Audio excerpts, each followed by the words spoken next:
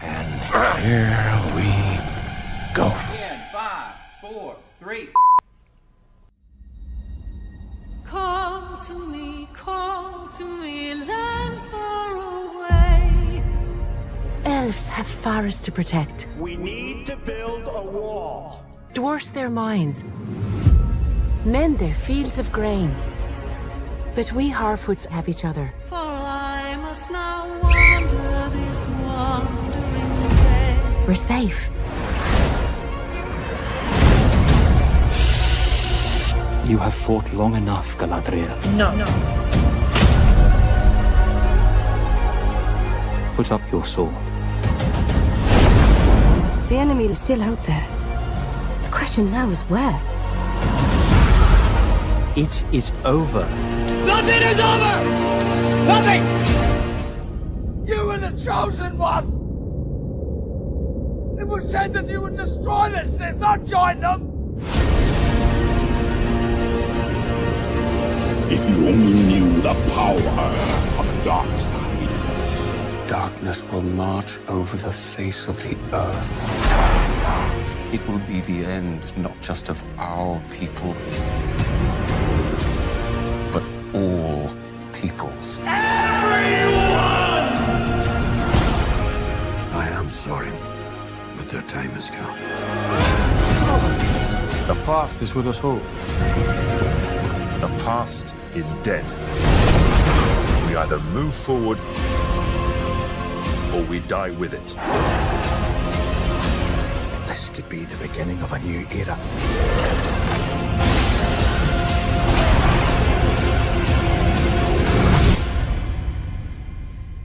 Away I must wander this wandering day.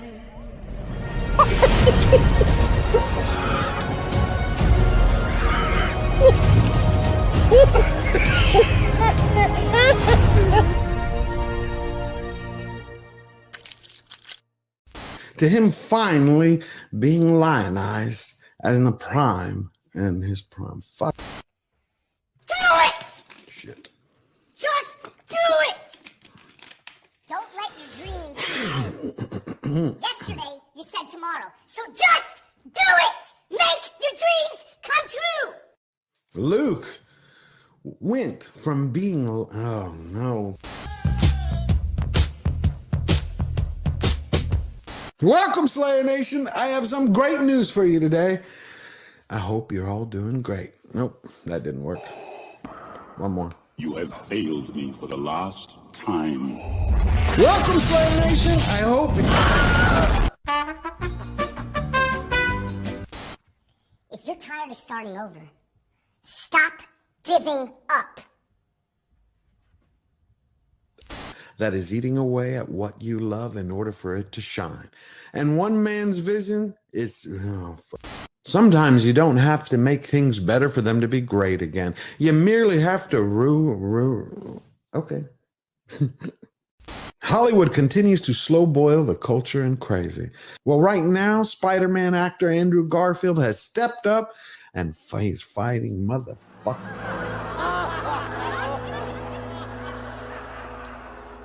I can't do it.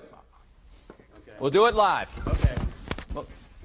We'll do it live. Fuck it. And unbearded dwarves, but Prime didn't stop there. They stapled in intersectionality, individuality, biddiga-dig-bee, biddiga-dig-boo.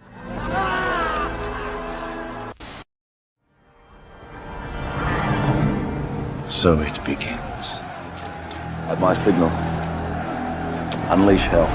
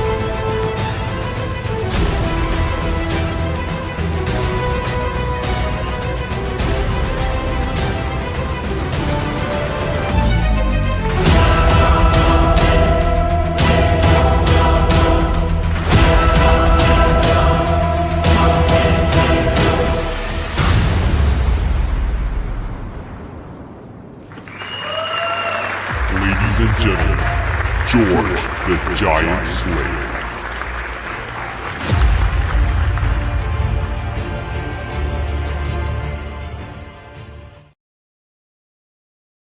What's going on, everybody? Welcome back to Slayer Unchained. It's good to see you. It's June 18th, 2025 in the year of our Lord. And what a week. You can see I'm sweating like an animal today. It is hot as hell in Texas, but I love the Lone Star State.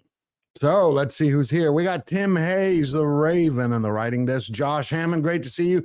Man of War 665, Neighbor of the Beast, Lady Anime, Toxic Waltz. How are you doing, my friend? Good to see you all. Also, Lord Thoth is in the house.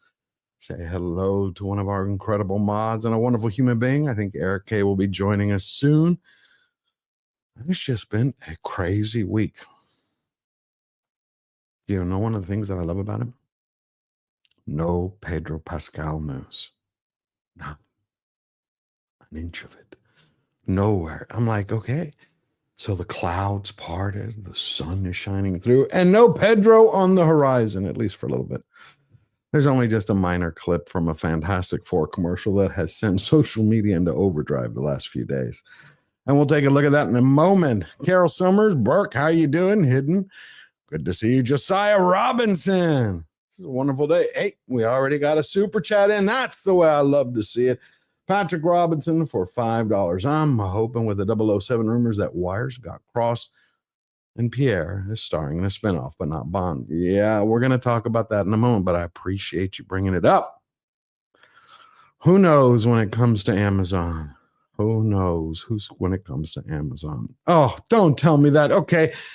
My good friend Tom from Midnight's Edge After Dark, Midnight's Edge Espanol, and Midnight's Edge Greek coming soon.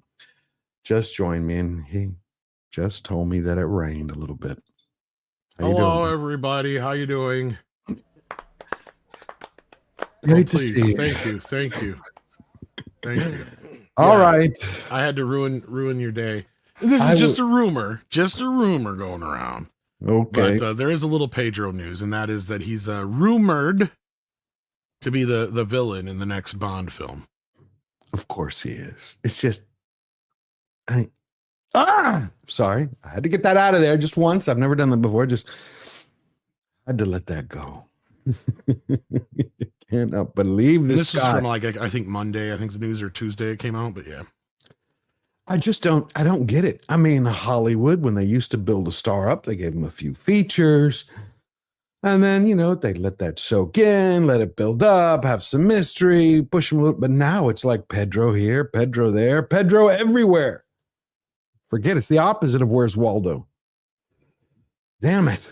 Well, now, so we can laugh a little bit. Have you ever heard anyone make this complaint in life? We were walking down an aisle, and there were like two guys that walked up next to us. Peyton walked away. My wife walked away for just a second, and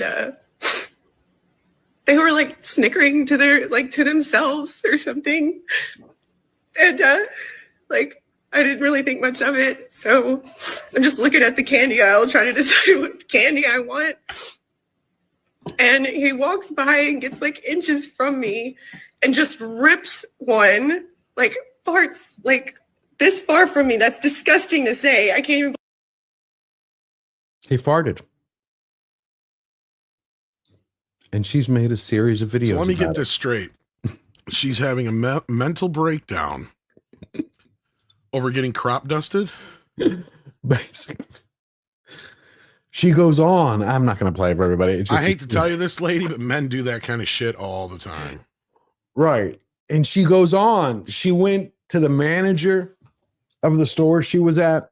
No, she's not trolling. I'm being serious. She goes on.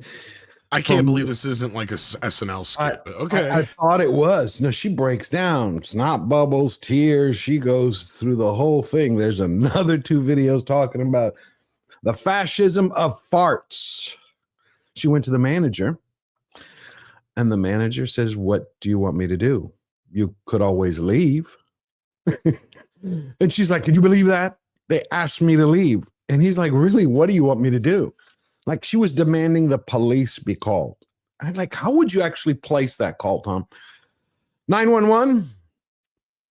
Someone just got started on. Someone came up and they assaulted me with their farts.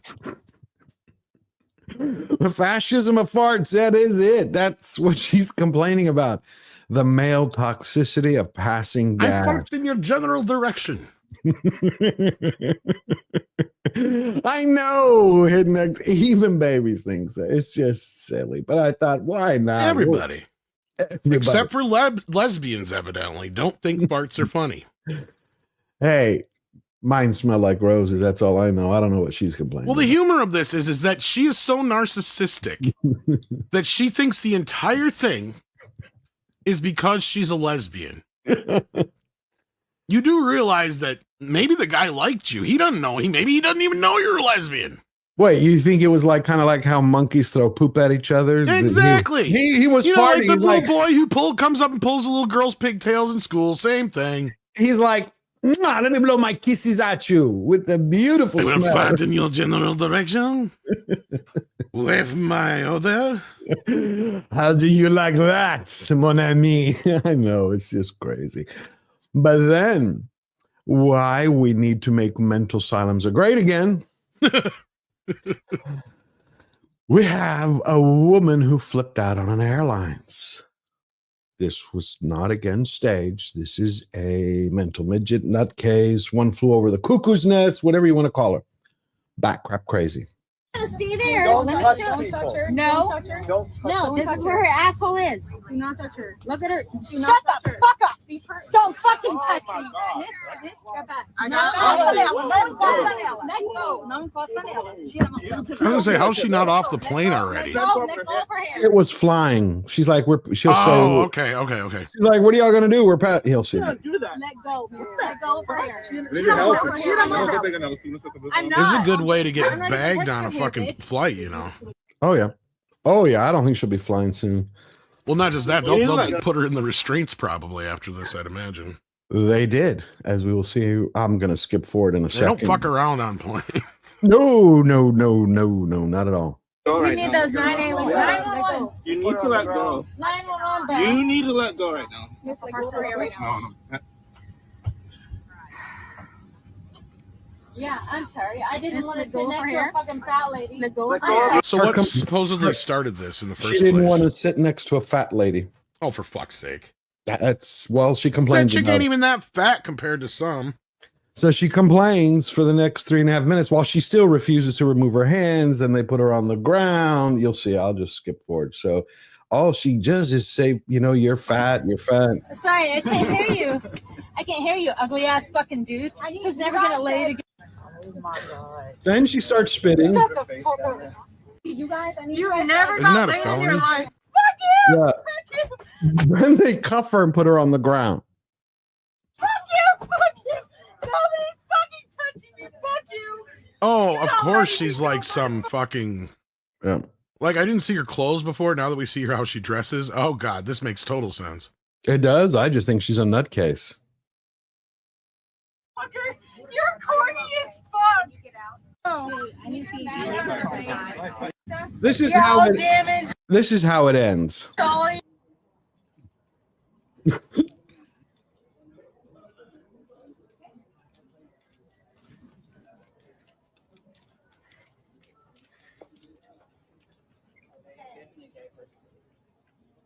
Yep. They got her all under restraints. That's awesome. Yeah, of course. There's no way. I mean, you're talking about a bona fide nutcase, but I still. Good. So which one? The fascism of farts? Who wins today? Or the lady who needs to be locked up in a rubber room? The farts.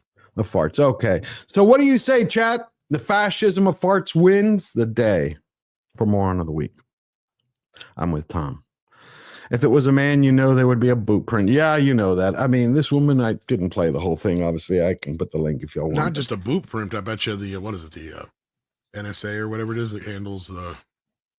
They'd have been hauling his ass away at the God, end of yeah. the flight. Yeah. If it was a guy, they'd be punching the hell out of him. There'd be no. But they were restraining themselves, and she starts punching and kicking, and the entire time it's just one fat joke after the other. And the lady just was sitting there minding her own business. So it just kind of like tells you the world we're living in today. It's yep.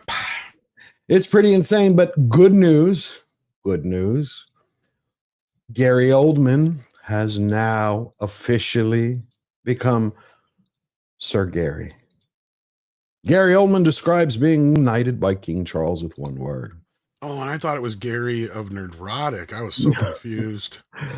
Nope. Legendary actor Gary Oldman's list of accomplishments and incredibly memorable performances in so many great movies dating back to 1986 with his intense portrayal of Sid Vicious and Sid and Nancy feels like a conversation that could pretty easily go on for hours. He basically says, well, it's now Sir Gary Oldman. I love Gary Oldman. I think he's one of the greatest actors we have.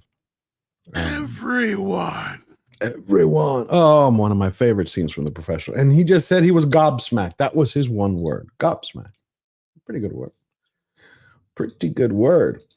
On the other front, we have a former actress who is fighting for relevancy and trying to outdo Britney Spears.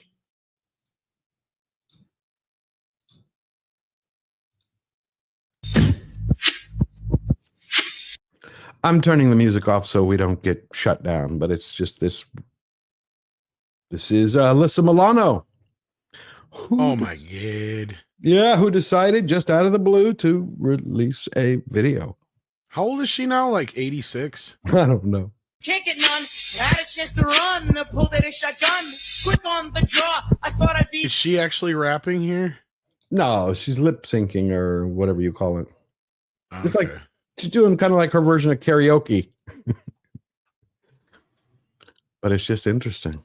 It's like the world goes to hell in a handbasket. When was the last time Alyssa Milano was relevant again? Oh, yeah, like 1992. Right.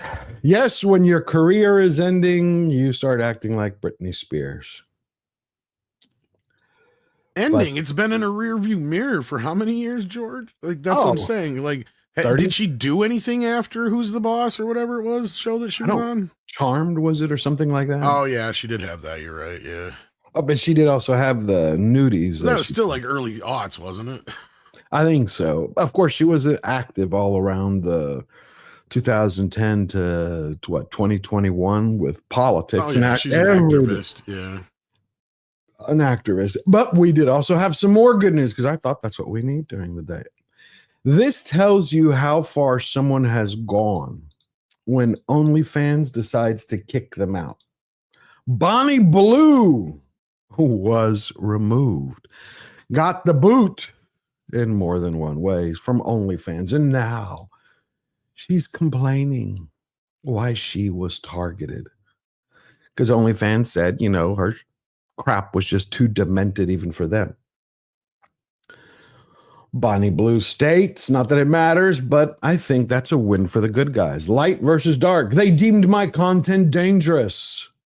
Although I'm the only person creating this content who has never publicly made statements about ending up in the hospital due to creating unsafe environments, nor have I publicly explained my sadness due to these events, unlike others who are allowed to stay. And so goes the way of Lonnie Horton, which is a good thing for the world. I mean, somebody who posts for Father's Day that they want to sleep with 2,000 men. And that's when the whores come in. That's when the whores come in. Absolutely. And now we also have what we were talking about earlier, the James Bond news. This kind of bugged me because This is also a rumor because this comes from Daniel RPK, but yeah. This is supposed to be one of the actors who is a runner-up for the new Bond. I want Bond to stay Bond. Go create another character. Your heart's content. Spend the money. Do a whole damn series, a whole franchise. Why is it do we have to race swap everything? It's not going to go over well. It just isn't. Bond was written about a certain type of man. What? Yeah. You like it? Don't like it? What? No, I don't even. I press X for doubt on this. Well, let's say it's true. Yeah. Would it bother you? I mean, I'm sitting here asking, then why the fuck did you pay off Barbara Broccoli and fire Ann Sarnoff then? Because this seems like a move they would make. Yep. That's why I press X for doubt on this. Okay, well, let's hope it's true. There was another piece of good news, which I was a little worried about. Some people are calling it good news. I kind of view it as wait and see. I mean, I guess to answer your question. Yes. I mean, if it is true, then they might as well just fucking count this thing dead from the start. Right, but they have, by what I understand, dedicated $1 billion to the franchise.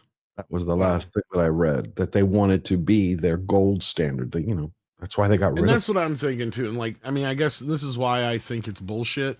Okay. Or unlikely is because they just did that video game trailer. And like I said, they got rid of Ann Sarnoff and Barbara Broccoli because those were the few people in the room who were, you know, causing these kind of woke issues.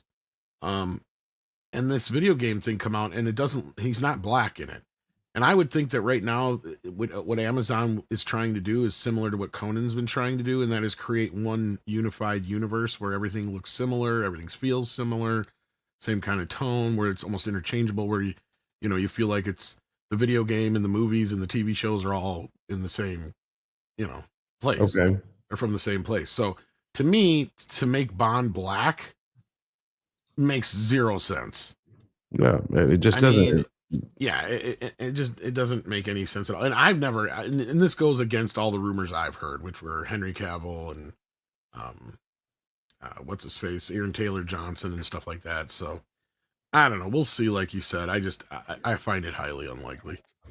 Who wants Barbara Broccoli back? That's the question. I mean, if they're going to go down this route, what was the whole point? Literally, what's the point of this? It's just the continuation of DEI. That's why it's in some aspects we've talked about how we have to flush the pipelines for these productions over the next 2 years. But these are new productions. Why are they continuing that? Yeah, and that's where it doesn't seem to make any sense for me either. Like, you think this is just beta testing? See what the audience thinks? It could be a couple of things. If it's real, let's just say, I mean, I wonder if it's an old rumor or an old possibility before. Maybe they are at least thinking about possibly doing it. Could be plausible, but again, I agree with you. Like, it makes no sense. Why would you go to all the trouble? I'll spend all that money to get the two people out of the room that are the biggest problems, only to create your own new problem. Yeah, it doesn't make sense to me at all. Yeah. But it makes about as much sense as this also. If I was a kid, I would be looking forward to this, jumping up and down. But now I'm hesitant. Yeah.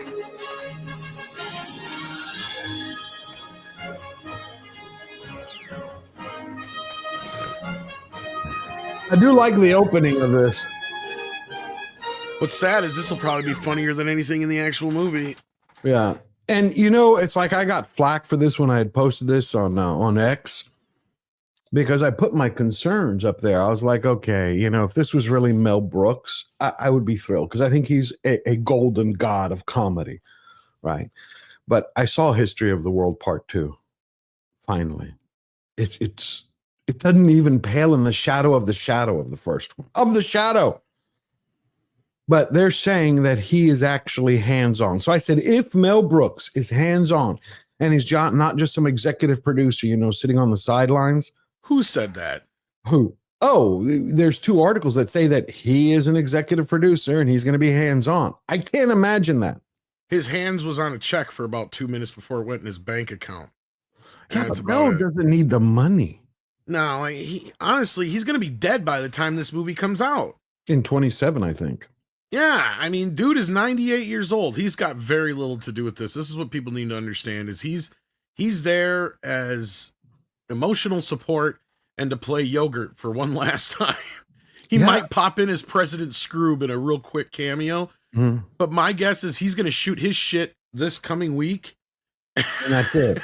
But what about Rick Moranis coming out of retirement for it? That is a bit of a different conversation as far as this goes. Like, here's the thing you guys need to understand, at least, and I understand your reservations. Yeah. Because I think I might even been one of the people to kind of put some of those reservations, in your ear, and that is because you've got Josh Gad as the guy who's the primary creative force behind this.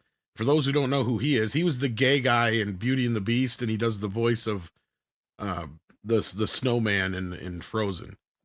And I'm willing to bet he's going to end up playing Barf Jr. Okay. Yeah, like, I mean, look, I mean, if you don't see the pattern, what's going on here, it's everybody's got kids, right? They're even bringing in Bill Pullman's kid. And who is Keke Palmer going to play, right? Is she going to play the new Dot Matrix, or is she going to play somebody else's kid? Who knows? At this point, I'm sure they're going to make fun of the Star Wars sequels. There might be some highlights in it. Sure, seeing Mel Brooks one last time is going to be a highlight. Seeing these guys together again is probably going to be a highlight. But like you, I'm full of like, I don't know about this, even if Mel does have some sign off on this, because he did a remake of Blazing Saddles that most people don't realize came out. No, I didn't know that. Yeah. It was Paws of Fury or whatever the fuck it was, that animated cat movie. That's a sequel to it? That's not a sequel, it's a remake, but yeah. That was... Yeah. That's what I'm saying. So, like, Mel is willing to sign off on just about anything. Like, so at this point, I don't put my trust in Mel. And people also got to remember that, yes, as much creative control he had over the other films that he worked on in the past, he also had Gene Wilder and Richard Pryor and Paul Mooney and all these other people with him writing these things. In fact, like Young Frankenstein is all Gene Wilder. Wait a minute. Right? Are you saying that that kind of like Mel Brooks, the classics that we love, is not Mel Brooks alone? Like, it wasn't his mind, it was his collective? No, he had a collective. Yeah, he had a group. And that's where, like, for a while there, he didn't do very well until, you know, he got a new team with Spaceballs, and that was his last, you know, hurrah. And it's weird because that is his biggest video seller. And that's why this movie is happening at the end of the day. But how many years? Amazon has the rights now, and yeah. 35. It's been what, 35 years? It'll be 87, so it'll be 40 years when this one comes out. Right. So again, it's not like the only audience this is going to be made for is us. So then you should make it to honor it. You know what I'm talking about? The comedy from those days. I mean, if the movie actually has the tone of this trailer, it might be okay, but that's why I said I like this part of the trailer where they're actually taking a piss out of Hollywood, a prequel to a sequel to a sequel to a prequel. If it has that, I'd be thrilled. I think the chat would be too. But yeah, I don't think so. I just worry. Hey, Bob. Spaceballs even forgot that they had an animated series. I never saw it. Don't. What's sad is they got like half the cast back for the voices, but it's just some of the worst writing. And Mel Brooks was a producer on that too. Wow. Because he's one of the voices that comes back. I think it's even called Mel Brooks Presents Spaceballs, the animated series, and it was done on the really shitty Flash animation. And well, I gotta go check it out now because I love Spaceballs. There was only like 8 episodes, I think, that made it. Was it good? On G4. No, it was horrible. Any of it was good? A scene, a clip, anything? Nothing. The only decent episode was I mean, there might have been a few clips here and there of jokes that were all right, but like the only episode that was remotely clever, and I wouldn't even use the term clever, was the first episode was a prequel episode about young Dark Helmet in the tone of episode 1, because that's when the show came out, was right in the same time as all the prequels were coming out.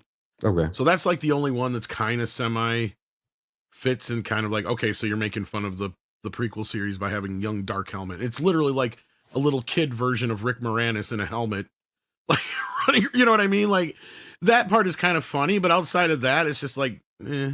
And he's one of the few that doesn't return to do his voice, of course. So he's one of the ones that feels off and whatnot. But now check it out. I'm sure it's on YouTube somewhere. So yeah. Okay, so what do you think basically like about these getting the gang back together movies? So far, I haven't seen if they work except for Beetlejuice. I mean, and I didn't care for that one, actually. I watched it again. I'm talking about how much money it made. I didn't like it. I think this one will do fine. It has the benefit of being able to make fun of all these things, but will it be done right? Right? Like I would have been felt much more comfortable had they got like Trey and Matt from South Park to be the creative force behind this, or, you know, somebody like that who actually I think can deliver. I don't know about Josh Gad, right? I'd even go with the guy who you ever see the show, The Goldbergs? Like even he might know, even Adam Goldberg might even a better person to go back to get somebody like that, you know, somebody who clearly has a love for not just the things that Mel Brooks was making and the team were making fun of in the original film, but actually loves the original film. And he's one of the few people who got Rick to come out of retirement to do a cameo as Dark Helmet in the show. Now, to talk about Rick Moranis, I feel a little shitty or I think it's shitty of him that he didn't come back for Ghostbusters Afterlife. Okay. Even though they offered him a buttload of money. Because his whole thing was when he was going to make a return, it was going to be in a starring role. Well, and this is how he knows Josh Gad. Him and Josh Gad were going to make a reboot of the Honey, I Shrunk the Kids movies. And that never came to fruition for some reason. I don't know if it ever will happen or not, but it just, in the meantime, though, this came up.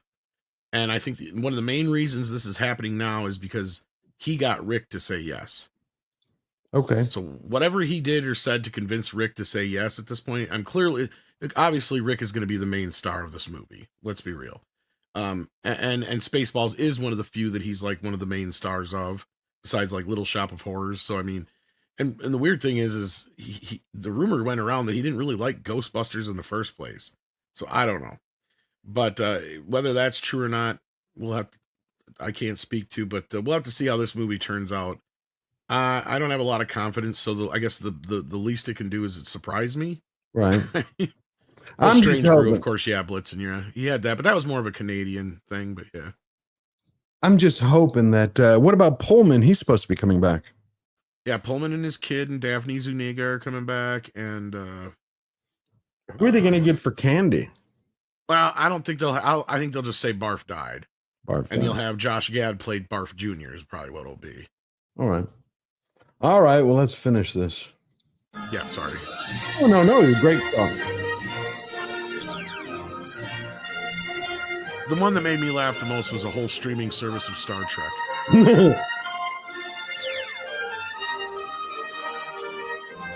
4 Beatles movies, question mark?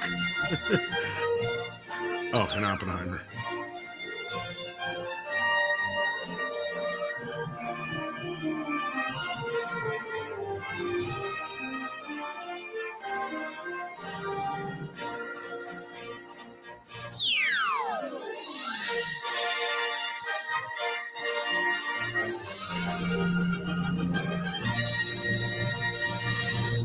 After 40 years, we asked, what do the fans want? But instead, we're making this movie. The Schwartz. May the Schwartz be with you. You know, he looks good, though, for 98. He does look good for his age, yes. I got to say, the man looks good. I mean, evidently, Anne Bancroft can help you live forever. I don't know. I mean, Clint Eastwood is one of my favorite actors of all time, and then Gary Oldman. Clint looks horrible. I'm only half joking because there is some truth to that. Like a lot of these guys that seem to live forever, they tend to have long, very fruitful sex lives with very sexy women, if you haven't noticed. Yeah. Well, Clint, didn't he have his, I don't know, what a few wives. Yeah, what number child was? He had one 12 years ago? 15 years ago? And like he kept having kids until late age. Was another one too, still spitting them out. Yeah, He's even like, the kid ain't mine. Okay, so the kid's mine. Hooah! Yeah. Hooah! I'm still shooting. Oh, yeah. It's just, I'm just worried. I don't want Mel's reputation to. His legacy, yeah. I mean, yeah, because I mean, it does say something that Spaceballs was his last parody film besides Dracula Dead and Loving It, which kind of brought his career to a dead halt at that point. So I mean, that is one of his most successful films. I'd hate to see it besmirched too. Hopefully it's handled with care. I have high hopes. I hope that it's good. I don't have high hopes for it though. So like I said, the least it can do is surprise me by not being so bad or horrible or overtly woke or anything like that. The other problem I have with this movie is Keke Palmer's in it. Oh. If you don't recognize who she is, she's a actress who's been trying to make it for like 30 years now. And she was the one who tried to get Bill Murray canceled and ended up getting that movie canceled that they were part of instead. Okay. Because Bill Murray was out of the picture, the movie's dead. I remember that. And he hasn't come back after those accusations. He never really went anywhere. It was kind of the stupid part was she had nothing to do with it, right? Like she just said, she wasn't comfortable working around him. It's like, okay, yes, there are stories about Bill, but Bill Murray's Bill Murray. Okay. I hate saying this in this sense, right? Because he's never had any like real bad accusations, but he's one of those guys, kind of like Andy Kaufman, that the weirdness comes with the package. It's who he is. That's why he is. You got to kind of expect the unexpected with Bill. He's never taken it too far over the edge as far as we know, but he has done some stupid and said some stupid shit that, he's reflected on some things and he's in his past and he has said, yeah, I would probably do things differently, or, that's not how it was. It was more like this, or this is why I did this or said this. So, I mean, with context and hindsight, there's a difference to that. And I'm sure he's calmed down a lot more than he used to. In the situation that it sounded like it was, look, it was something that would have been brushed off 10 years ago. He's not wrong. But because of the way the world is right now, especially with Me Too in Hollywood, it was not seen as something that was necessarily proper. And it doesn't even sound like the girl that the joke was made with had a problem with it. It was other people around that had problems. See, that's the issue, right? You got 20 Karens on a fucking scent now. So like nobody can have fun or feel free to be themselves. The whole reason themselves or anything like that. Yeah. So Murray doesn't have anything else coming up, does he? Actually, let me see. I know he probably will be, there's a will he won't they thing again with the next Ghostbusters movie as always, because there's supposed to be another one in development. And they never know if he'll show up until the last minute. Well, while you're looking for that, I want to play this trailer that I was going to wait till Verbal gets here because I swear he's got something coming up here, I thought. But it's one of his favorite actors. I also love Walton Goggins. There's a new... Well, he's in The Phoenician Scheme, which is the new Wes Anderson film. But he's always in Wes Anderson's film. Yeah. I love... He's been in a couple things since then, I think. But yeah, otherwise, that's his big thing he's got right now. Nothing upcoming, it looks like, though. Well, wait, I'm wrong. He's got 3 movies in pre-production. So nothing that really sounds like anything I've heard before, but okay. Hold on. Epiphany, The Springs, and the Plowman. Plowman. Ploghmen. Hold on, let me get the link to Verbal. I guess it didn't go through on it. Oh, I was wondering, where's Verbal? Yeah, I know. I'm like, hold on 1 second. It should be this one. I sent it, I guess. X is acting weird for the last few weeks. Come on. Paste, you bastard. There he is. Hey, Verbal. Man, I don't know what's going on today, man. My Wi-Fi, I'm hoping that it holds up, but I can't make any promises. Ever since the riots started, you had that, right? Yeah, but for the past like 2 days, it's been worse than normal. Like it's been like just cutting in and out. Crazy. Like, I made 2 videos yesterday that I had to start over like 3 times because it kept cutting out on me. So gotcha. Well, we were just talking about Spaceballs. What do you think of that? I was saying I have reservations and I got crapped all over because they're like, look, Mel Brooks is involved. Okay, here's the thing though. I don't care. I don't care that he's involved. I think leave the classics alone, man. I'm sorry. I might be the only one who doesn't want a sequel to this movie. I don't know. Because I wanted it 30 years here's ago. The thing. It's not going to be better. It's not going to be better than the original. Did you see the teaser? No. Oh, well, let me just share you one thing. I like the intro of the teaser because I was like, Tom and I were just discussing if they could take that attitude that they have in the teaser for it, and it can be in the film, it'll be good. I think it's the same problem I have with the Naked Gun remake and everything else. They're never really going to capture that era of comedy, and I feel like to try it right now, I don't know. I'm more than skeptical about it. Yeah, I am too. But again, it's like the only thing I said if Mel Brooks was involved, but what Tom was explaining to me was that Mel Brooks without his like cohort of Gene Wilder and Richard Pryor isn't the same. He doesn't pull them off. And I was like, okay, never thought about it that way. But what I liked about this teaser was the piss they were taking out of Hollywood. We're going to just watch a few seconds of it so I can show Verbal.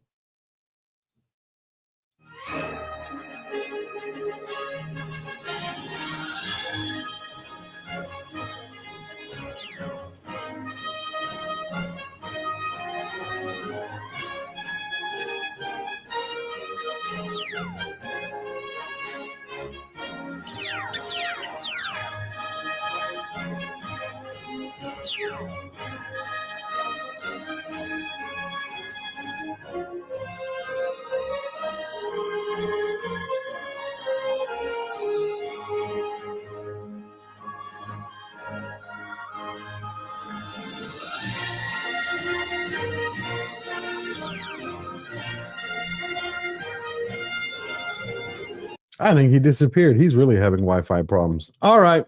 We'll just move forward. When he jumps back in, he jumps back in. This was a film that a lot of people are excited for because of Walton Goggins. It's called Queen of the Ring. The Kansas Cycle, the one and only. You gotta watch yourself in the clinches out there. I don't trust this referee.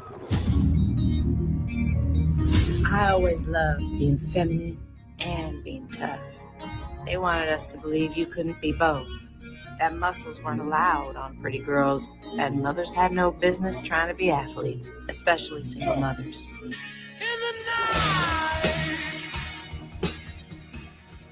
Mr. Wolf, I help you with some toots. I'm a big fan. Why wrestling? Because I can't sing, I can't dance, but I can tell a story. Beat some ass. I think you and I should be partners. What do you think? I'm not. What is this? It's supposed to be based on the true story of Queen of the Rings. I think. This is the Sydney Sweeney one, right? Yeah. Nope, it's not. You really are having trouble with the Wi-Fi. Yeah. I was showing. I had been holding on to show you. Anyway, what did you think of that opening of what you saw from the teaser? Oh, I didn't see it. I cut out before it even. Okay, we'll play it later. This is with Walton Goggins. It's called Queen of the Ring. Oh yeah, it's the wrestling movie. It's starring that chick who was in Arrow. Oh, that one. Oh, okay. That I was thinking of a different one. My bad. Arrow. You mean the series team? Yeah. She was on the TV series Arrow. She's the star of this movie. Tom, I know which movie you're talking about though, but I don't think that movie's even. There's not even a trailer for that yet. Go from the carnival to the arenas together. Introducing Mildred. We can go coast to coast. I'm not just talking about business partner. I want you to be my wife. You barely know this man. He's twice your age. He's the only man that's ever believed in my dreams. What we ask our wrestlers to put their bodies through in the ring is what we ask our fans to put their emotions through in their seats. Did I hear that right? Fight for real. No script. I believe my people already talked to your people. Honor the deal or we shoot. Miss Millie, why do you tolerate it? It's the price we pay. A roller, singing, mother, fighting a big bad wolf. When that story hits, there won't be a ticket to be found. But don't let your mother forget who she is. Mom, all the tickets. I like Walton Goggins, so I love Me Walton too. It Goggins. looks He's one of my interesting. favorite actors. Looks interesting. yeah, I like Walton Goggins. No matter what he does, if the movie is shit, if the series is crap, his performance is always spot on. He always elevates everything he's in, which I love. He's one of my favorites right now, man. And what's funny is he's in everything right now. See, I like Walton Goggins because I don't know. There's just some like if Pedro Pascal, which Tom burst my bubble this week because I was like, we finally have a week without Pedro Pascal news. Nope. Yeah, I know. And but Walton Goggins, like if Pedro brought that kind of dynamic mystery, that magnetism. Walton Goggins, does anybody know his politics? No. No. That's the way it should be. All I know is he was in the next Karate Kid. Which next? Not the Legends, was he? No, the next Karate Kid. Oh, the one with what's her name? Hilary Swank? Yes. Oh, that's right. That was her first film, wasn't it? I think so, yeah. Wow. I Not totally her forgot. first film, but Was it Or one of them. Yeah, Oh, no, I think- she was in 90210 back in the day. I was gonna say, like, well, I mean, might have been her first movie. That's what I meant, movie, because then she might did- even have been his first movie. I don't know. Damn. He was really young in that too. Yeah. Yeah, actually, he's one you of might be the. right, Tom. Yeah, he's one of the Toxic says she was school in guards or whatever you call them. she was in Buffy. Her? That says he said she was in Buffy. Well, she might. I mean, For she some might have reason, been. I swear she was in something else before that. But anyway, keep going with whatever you're doing here. Yeah. If you ever so had your name, not his. I'm your business partner, whether you like it or not. 50-50. There's no chance of that. She'll get to nothing else tonight. Remember when I was little, you hit me? It's all in your head. It's not in my head, Joe. If I'm hurt. It looks like a good movie. Yeah, they're gonna do the scissor technique. They're gonna fly through the midair. Oh yeah, she was in tons of shit before the next Karate Kid. Really? That's But what I thought, yeah. which is the one that made her? The one where she played the girl playing a boy? That would have been Boys Oh. Don't Cry. That was a couple Yeah. years after that. But yeah, like, I mean, as I remember, like, yeah, I knew she had to be in at least one or two movies. She was in Buffy the Vampire Slayer as one of the ditzy friends of Buffy. I forgot. And She then was she also did in what? Growing Pains and Harry and the Hendersons and Wow. TV Wow, series. Growing TV Pains, series. Jesus. TV series. But yeah. With Some other shit, Alyssa? but, yeah. She was with Alyssa Milano. Not Growing Pains. That's you're thinking of Who's the boss? Who's the boss? Yeah. I don't know why I always connected her with Growing Pains for some reason. But yeah, Anyway. she was on a bunch of TV shows, Camp Wilder, some other stuff. Mhm. But also, Anyhow. if you love Walton Goggins, man, you got to watch The Righteous Gemstones. Yes! That show. I just finished it. It's fucking wild. It is. wild. His performance. He needs to have won every award for that. The Reverend. Oh, I don't know how he didn't, man. Uncle Baby Billy. Uncle Baby Billy, bring me here, y'all. That beer now. The way he just does it, it's just like he goes, "Let me show you a little tap dance." This is how you bring in the money. I'm not asking for much. I'm just asking for an 8-ball and $2 million. That's it. And they balling $2 million. How is that too much in life to ask for? It's just a genius. Walton was also on 90210. Yeah. Jesus. Come on, no way. He was, yeah. And then he was also in the Mel Gibson movie Forever Young in a bit part. That I saw, but I don't A remember. bunch of TV, and then next Karate Kid. The first thing of his that really caught my eye, like where he became like a name, was The Shield. Oh, that yeah. was a big Shield. one. What was he was in Major League Back to the Minors. I remember that. Then he did And Justified. And then he did Sons of Anarchy for a little while. He's even in that third or fourth Crow movie or whatever it was, Salvation. Oh, Jesus. Never saw it. Yeah. Joyride, Born Identity, House of a Thousand Corpses. Like, he's been in so much shit. I'm trying to remember, like, yeah. He's a few- working actor for sure. Yeah. Yeah. Oh, yeah. Because I never watched The Shield. I'm trying to remember what it was Shield, that Chickless. It was beautiful, brilliant. I need to check that out. I know a lot of people have said that. Yeah, that was that came before Sons of Anarchy. And but it's funny, I think it's same creators actually. It is, isn't it? Kurt. Yeah, and of course he's great in Sutter? Django and Oh, and Hateful. Django, he was great. Oh, yeah. The Hateful Eight. Hateful Eight. God, Oh my he's god. awesome in Hateful Eight. Oh, yeah. Hey, giggity, Sandra. Good to see you. Fucking knew it. Fucking knew it. I know. Guess, by the way, I've cleared the schedule. It's taken me a few weeks, but this Saturday, do not miss it. Member stream, 2 p.m. That's it. In stone. I will put out the member stream link tomorrow. So anybody, be there. And we're going to have a great time because it's been too long, but I had to clear my schedule. I had to find a way to work it around work. Let's watch. What's crazy to me though is that Goggins has been around just as long as Pedro Pascal, and they've kind of almost had a similar trajectory, but one has way more talent than the other, man. Like, and don't get me wrong, I'm not going to sit here and say Pedro Pascal isn't a good actor. He's a decent actor, but he doesn't have the range of a Goggins. I respectfully disagree with you. I think Pedro is like a soap opera actor. You know what I mean? I've seen him in things where he's actually pretty good, but it's just. No, tell me, because I would like to know, because I don't want to just shit on the dude. Well, yeah, I mean, there's a movie called Freaky Tales that he's in that I thought he was really good in. You know, I did like the movie with him and Nicolas Cage. I forget the name of it. The Nicolas Cage. Yeah, the unbearable weight of being Nicolas Cage. Yeah, that's a great movie. Yeah, I mean that was a good movie. I mean he's an okay actor. As far as an actor go, he's fine. He's just getting overexposed, and he's a complete fucking tool. Yeah, right. That's the problem. Tell me, what is it you like about his act? Like when I look at a Goggins, when I look at Gary Oldman, right? He's got that. They can be factor. quiet. Really, you think Pedro has it? He has that thing that you need to make him watch, like in a movie, like or a TV show, like when he's on screen, your eyes go to him, your attention is on him. Walton does have that thing. Other guys prior to, they do have that thing. Now, I wouldn't say they're forcing him into a movie star role where he may not necessarily belong. Right. I mean, that's the thing. Walton Goggins is a great character actor. Pedro probably would be a great character actor, but he's getting overexposed and they're forcing him into being a movie star that he's not. You think he's a lead?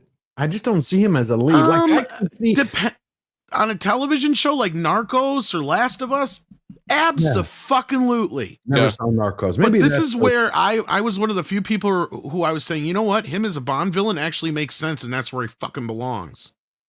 Because he shouldn't be the lead guy. He should be the secondary. He should be the heavy. He should be, you know, the other roles. Like even Wonder Woman 84, as shit as that movie was, he actually wasn't that fucking bad in the movie. You know what? I'm not alone saying that. You're actually right about that. He wasn't. And that's because he's playing the heavy. He's not playing the fucking lead. It's not resting on his shoulders, but you put him in a TV show, that's a different story. Like it's a different caliber then. Like, and that's where there used to be a separation between TV and movie actors. And sometimes you would see TV actors in different places, but a lot of times it was the character actors, right? Because they were the ones that would shift between the two. Very rarely would you see, you never would have seen John Wayne do a TV show after he was a movie star back in the day. Right. But you always seen guys like David Caruso and all these others. That was always their goals, to leap to the next level. But not everybody can pull what George Clooney did off and Will Smith. Or Bruce. Or who? Sorry. Bruce Willis. Bruce Willis, another great example. Thank you. Yeah. Those guys are in an elite group that were able to, and that was because whatever they had transcended the television screen. Oh, also Leonardo DiCaprio. I mean, he's another great example. Yes. He started out on Growing Pains. Oh, that's and shit like Critters 3 and stuff like that. Yeah. Yeah. I forgot about Leo was on TV, but I always remember Bruce and Clooney and Smith. Because they're not that many. It's what with Leo 4. How many? Yeah, I mean, it's a hard leap, man. It is. Yeah. But today it's so merged. I'm gonna have to check out Narcos. I never saw it, so I will reserve my my final opinion on Pedro. The first part of the show, like before they go over to the Narcos, whatever the hell is the secondary part of the show. Because once the sad part is once Pedro's out of the picture, I hate to admit that's when the show kind of goes downhill. Yeah. Okay. Well, I'm gonna check it out. I didn't like him in the Cage one. I just thought it was Pedro being Pedro. Like I didn't see any stretching. But I'm gonna check out Narcos. Bob the Lobster, how you doing, my friend? He comes in hot. He gifted 5. George the Giant Slayer memberships. Wonderful. Go thank Bob, because that means we got 5 more people who are going to join us this Saturday at 2:00. Be there. Can't wait to see you all. Let's finish this with Walton. Oh, no more Walton. I need to get like a super clip or super cut of all of Walton Goggins' great stuff. Now, of course, we got to talk about Dragheart. Dragheart is coming out soon. So we got to. I'm watching it today. I know you are. Yeah. I know you. I can't wait to hear what you say about it. Why would you want to do that? Chris Gore's having a little Ironheart party at his house tonight, and we're gonna watch the early screenings of it. So, we're gonna be drunk, dude. Like I already saw the booze. Like it's man, I wish I could fly over. I would. That sounds like fun. No one's making it out of there sober. That's good. That's the only way you can watch Dragheart. Drag Race's Shea Coulee reveals intel on Ironheart character's secret past. Fierce hacker bringing drag to the MCU. Just what Marvel needed. In case you didn't know, Dragheart is going to be introducing a drag character who's like a Robin Hood who steals from the rich and gives to the poor. You know what? Why not? I mean, really, why not? They have nothing to lose at this point, man. They have nothing to lose. How? You mean sink their brand further into the toilet? No, but here's the thing. They had to release this show, right? They Right. had to. So it doesn't really matter what's in it. You know, I mean, they know it's going to lose. It's just, Why not release it overseas? India. Give it to India. Release it. We released it. they're not going to watch that shit over there. Of course not, but that's what I'm saying. To me, the decisions they've made this year have been one monster bad one after another. Captain Checkbox crapped out. Then you had Thunder Hugs, Dragheart, and this is all leading. What you have to understand about this is they wanted to shift gears, but it was too late, right? Like all these things were in the pipe 5 years ago. Right. 5 years ago when woke was at its height, Pink. right? Yeah. So what they tried to do with Captain America, what they tried to do with the Thunderbolts, and what they tried to do with this is, and Snow White, is they tried to like, okay, let's at least make it watchable, because before it wasn't even watchable with what they made, right? Like it was so messed up. It was so woke, right? So they've actually tried to cut the woke stuff down as much as possible, but they can't do it without just killing the movie completely or the show completely, right? So believe me, whatever we get in Ironheart is going to be toned down compared to what it was. Could you imagine seeing those? I would love to see the original scripts. Oh, dude. I heard the originals were like I almost wish we're getting the originals if I'm being honest.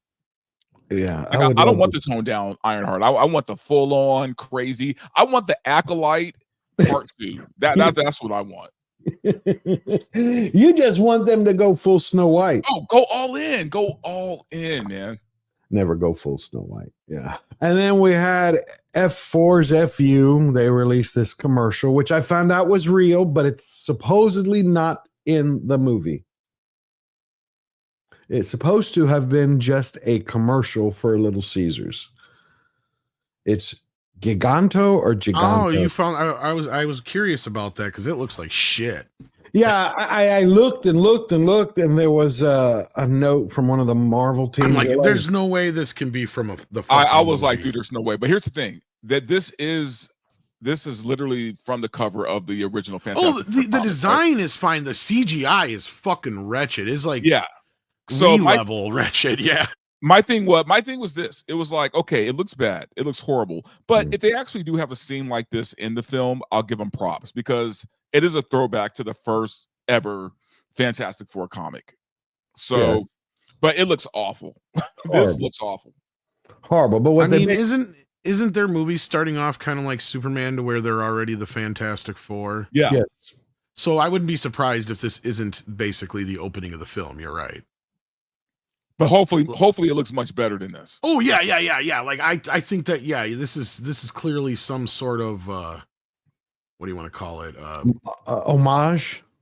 Right. I mean, I think it's meant to look animated. Was what I was trying to get at. Los Cuatro Fantásticos, primeros pasos de Marvel Studios, 24 de julio solo en cines. But it looks horrible. It looks horrible. That's just a pile of crap. What this is where I found it. What they're basically saying is what I just said, is that this was made for Little Caesars. Additionally, Little Caesars will debut a new commercial honoring the team's first public outing featuring Giganto. Is it Giganto or Giganto? No, gotta be Giganto. I don't know. Giganto, the iconic monster fans may recall from the cover of Fantastic Four 1961 issue 1. The spot was written and produced by Marvel Studios marketing partnerships team and directed by Kasra Farahani production designers on the Fantastic Four first steps. It goes on. That was pretty much it. It was a commercial. I think, again, to me, that's a bad decision because most people think that's going to be in the film. Yeah. And they're just telling people, don't go watch this shit. Like, those are the types of decisions where it's like, no one's communicating with one another. Funny thing about the Fantastic Four #1, the comic. My dad actually had that book, and but here's what's funny is he had a few books here and there, but that one in particular I remember vividly for some reason. My uncles like would literally like roll their joints on that comic. I'm I'm like that with album covers, but yeah. And when I think about like how much that book is worth right now, I'm like, holy shit. Yeah, hell yeah. Holy shit. They rolled joints on this fucking book, and if they just would have put it in plastic. Do they still have the book? Hey, that may add some value to it. Oh no, I'm sure it's long gone, but I just remember because I used to read it like when they were done smoking. I would like read it. And then, Wait, did they smoke the pages though? No, that was no. They would just roll their papers on it. No. You use an old Bible for that. That's better than an old Bible. Well, yeah, the thinner pages. I know, but just the thought of it, I'm gonna smoke the Bible. I don't know. I'm like, dude, like a Fantastic Four #1 was gold. So everything is ramping up, and then Verbal decided to share this with the world earlier, which I found kind of interesting. Which one? Shit, I share a lot of things. I know, interesting would be a way to put it. Oh Jesus, her. Hey, bitches getting way too fucking bold behind these ghostwriters. Do I need to remind you bitches that I rap for real? Like real life got that pen. Like real life ain't need no ghosts for real.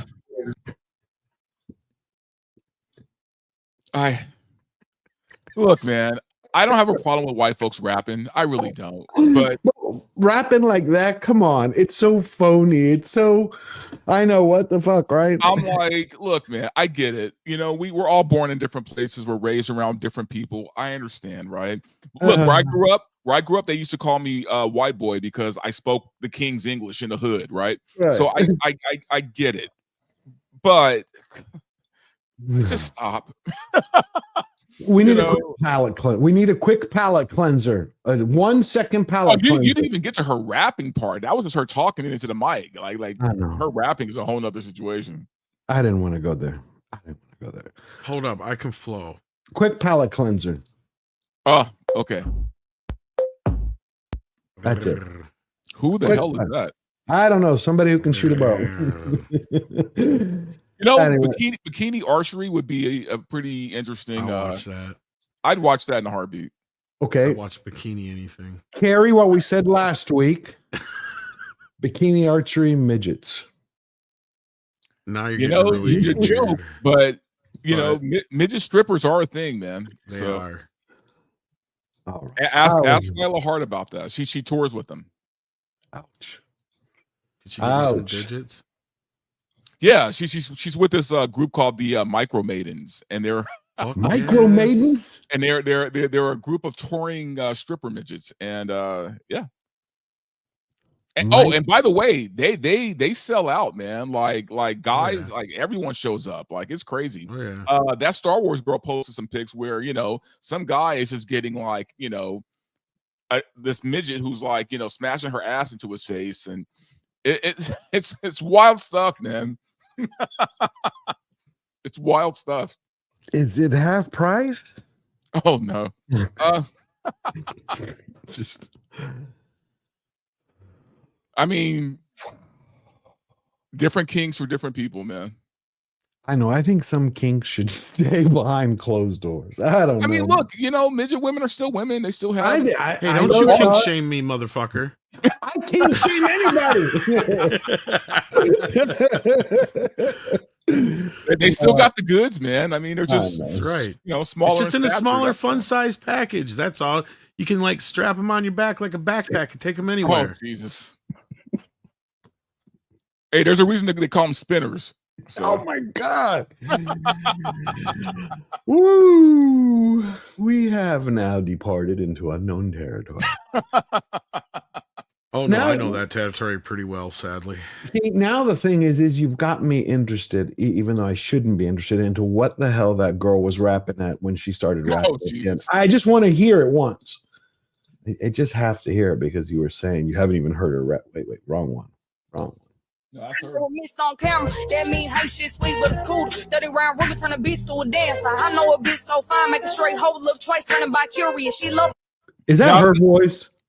It is actually, because I did some research on her. I found her TikTok. It is her. Here's the thing, though. She can actually sing, like she does country singing. She can sing. So I don't know why she's doing this rap thing.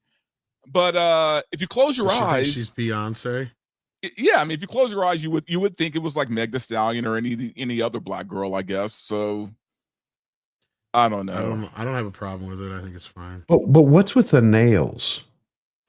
Like, I still don't understand how women like that wipe their ass or I don't either. brush their teeth. I mean, it's like fucking Freddy Krueger.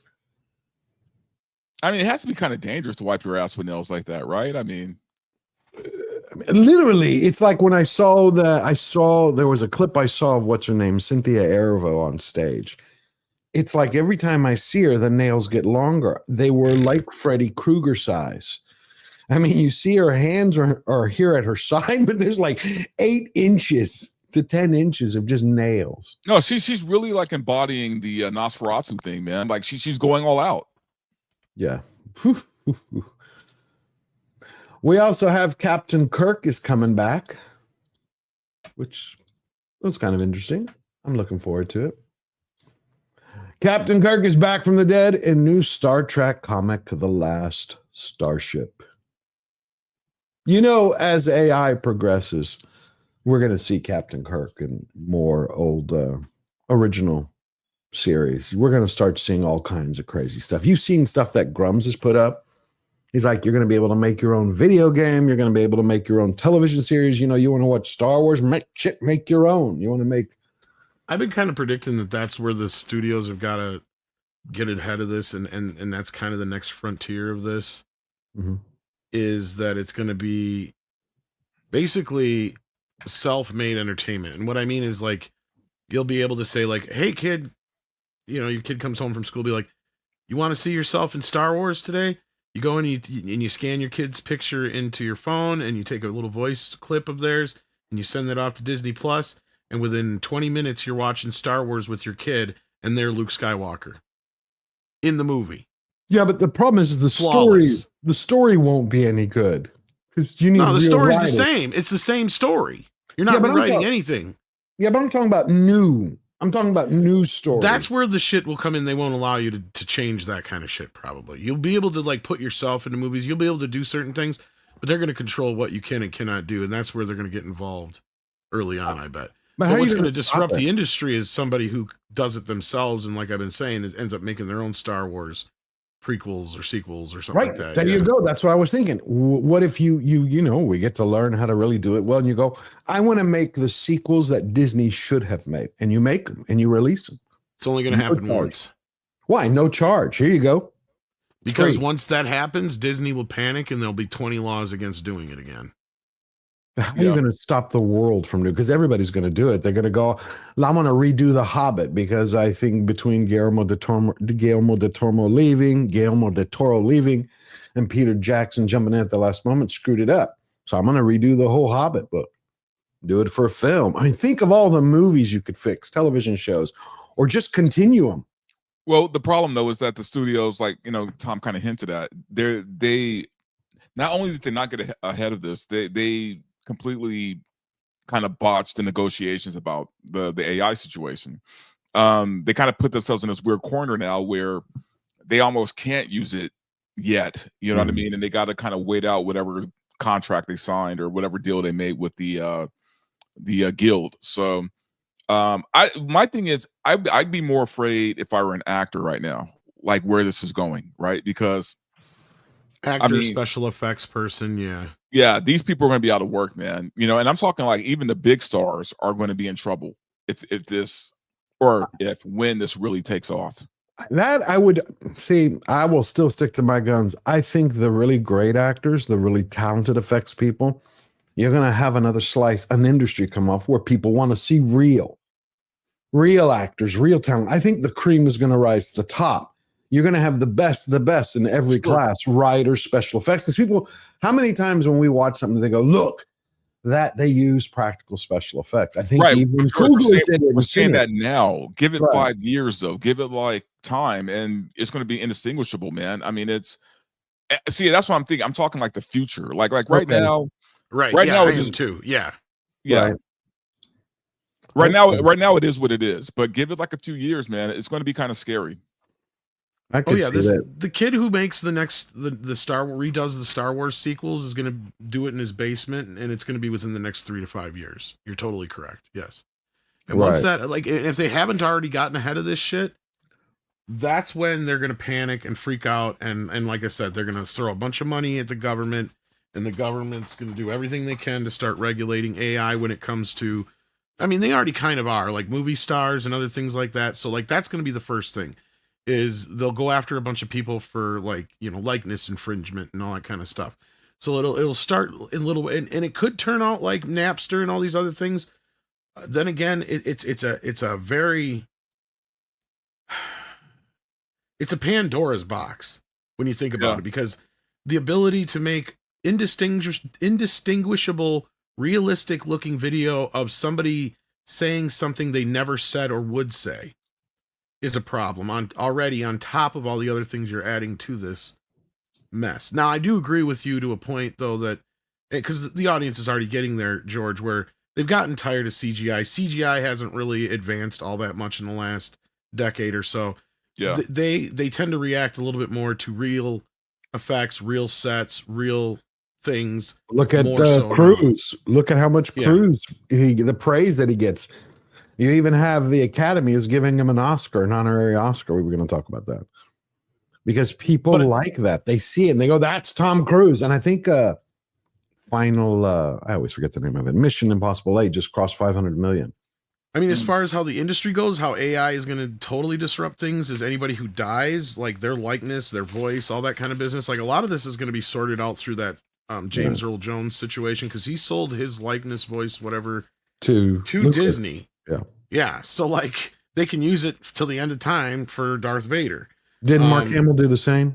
Mark Hamill, I believe, did the same for Luke, and I think that they made some of the other stars do it so far too, is my understanding. What do you think the deal was for that? Like, what did Mark Hamill get for that? A lot of money. Money-wise, I mean. Fuck, it's hard to say. He's not worth probably nearly as much as James. It depends. I mean, to them, he's worth more, but like in the grand scheme of things, because I guess this is something like I talked to like Gary Tunnicliffe and some other people about. Now you may not recognize his name, but you recognize his work because he's worked on all the Scream movies and other kind of shit like that. Okay. In the special effects department and some of the Crow sequels and whatnot. And he flat out said that you've got actors already going in every couple of years already and having themselves digitally scanned from head to toe. And this is just kind of part of the deal now, to where, and what I think that is like when they're getting ready to retire, they'll go ahead and they'll just sell their likeness, their entire person as they are, to some company, and then they'll cash in just before they die. And, you know, from here on out for the rest of our lives, we'll have James Earl Jones selling us Energizer batteries as Darth Vader. Right. So, I mean, and that's the future, kids. I hate to say it, but that's going to happen. And these actors are already getting ready for it. And the other reason they have it now is they're doing it at different, so they have a younger version of themselves also. So in case in the future they want to do something and they need a younger model of them, it's already there. It's already banked. So like, and this is all being like kept for their like, and this is what I'm saying. Once these things all get put into place, once you have likeness rights getting involved, copyright things getting involved, that's when a lot of people will find themselves going into court and stuff if they fuck around too much. And the big thing is not, whatever you do, if you're somebody who plays around with AI, just make sure you're not profiting off of something that has the likeness of somebody else or some other property in it, and you'll be fine. So what do you do? So Tom, what do you do? Again, I started taking AI classes because I want to learn online, right? Probably take me forever to figure it out. But what if I turned around in 2 years from now and go, here is the prequel, like Force Awakens as it should have been. But I release it for free. The sequel, yeah. Again, I think that's going to happen, and like I said, it's only going to be able to happen once or twice before lawyers start getting involved. It's free. It's like you're not charging anybody. It's like I think it's the same rules as, you know, making a fan film, right? Right. I think that as long as you don't make any profit from it, they really can't do anything to you. I mean, who knows? Disney, whatever. Yeah. But for the most part, they can't do anything to you.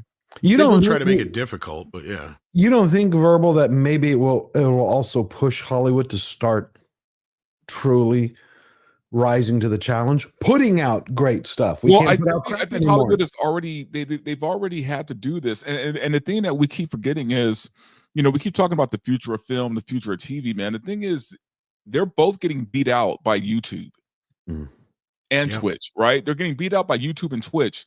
So as these younger kids get older, man, like I don't know how important TV shows are going to be. I don't know how important movies are going to be to these youngins, you know? Right. Because they don't care for it now. Because they already have YouTube. They already have all these other platforms that they use that movies and TV shows. But you still got but yeah, I see that, but you still have an entire generation, our age. Sure. Let's say 10 years and younger, who have the money and who are buying stuff as a word that they got to feed, product to. Well, I hate saying that word product, but AI will be used in some ways to kind of reinvigorate some things. I think you'll see, especially once we get down the road where it gets better, like AI up conversions of things that are stuck in video, for instance, and other things that will get kids' attention, because I think that's one of the bigger drawbacks is we've got too much classic entertainment that hasn't been transferred into a better quality. That's one first hurdle for a lot of people, and especially younger folks, I mean, at least. And then again, the other side of it is they'll utilize AI in ways to like Star Trek: The Next Generation, for instance. You might finally get to see it in widescreen and it won't be cropped off. What about the Legends? AI will just... Sorry. What Legends? What do you mean? Like the Star Wars, all the books, you could have them turned into films. You could, and there are people who are already doing those kind of things, but that's where, you're encroaching into copyright territory, right? Like, and again, I have some knowledge of copyright stuff. It does, like, again, like Verbal's right. You can only get away with so much when it comes to fan films now. So they're going to use the same kind of regulatory situation when it comes to the AI shit. And look, it just depends on how much effort you want to put into fighting one of these companies in court over this shit, I guess. And if you have the money and the time and the effort to do it, right? Because in most cases, you're probably going to fucking lose. I'll tell you right now, from what Alex Peters has gone through and everything like that, regardless of how he fucked up on the other end, like Paramount did not hesitate to go after him. Right. And the reasons is because his production was starting to look, let's be real, it looked too professionally and had actual actors and everything involved. And when you're getting to a point where things are, and this is where they'll have a lot of arguments in court, is where your AI creation is kind of blurring the line between copyright infringement and just fan film. Right, like that's where it's like it's one thing to have some guy come in and pretend to be Mark Hamill playing Luke Skywalker. It's a different thing to have actual AI Mark Hamill, especially if Disney owns his likeness. Right. Don't think they won't protect it. Yeah, I got you. All right, let's look at some super chats before we take a look at this Gunn article. Flying Blind on a Rocket Cycle sent in a super sticker. How's it going for $3? Thank you, Flying Blind. Always good to see you. It's going well. Having a great conversation. Enjoy you being here. We got Da Beast for $2. Aloha, gentlemen in chat. Remain blessed all. Aloha to you. And I hope you're having a blessed week. And Jeremiah Hembre, member for 11 months. Hope to see you this Saturday, 2 p.m. Jeremiah at the member stream. Talk about the James Gunn article. Well, I already had it loaded and ready to go. Did you guys read through this thing? Nope. I was waiting for us to do it today. Oh, balls. You ain't got 30 minutes. The whole thing. Oh, the Rolling Stone interview. I read the entire thing. James Gunn says the movie industry is dying because films are made without finished scripts and Marvel got killed by output increase. That wasn't fair. Let's dig in. James Gunn actually really didn't technically say this. This is why... I mean, he did say it, but he said that somebody inside Marvel said it, and he actually named that individual. Hopefully they have all that in here, though. Let me scan through. Because it's kind of important. Okay. James Gunn has stressed, and y'all throw in any thoughts you have while I'm reading. James Gunn has stressed from the minute he took over DC Studios that no superhero movie under his watch would go into production without a completed script.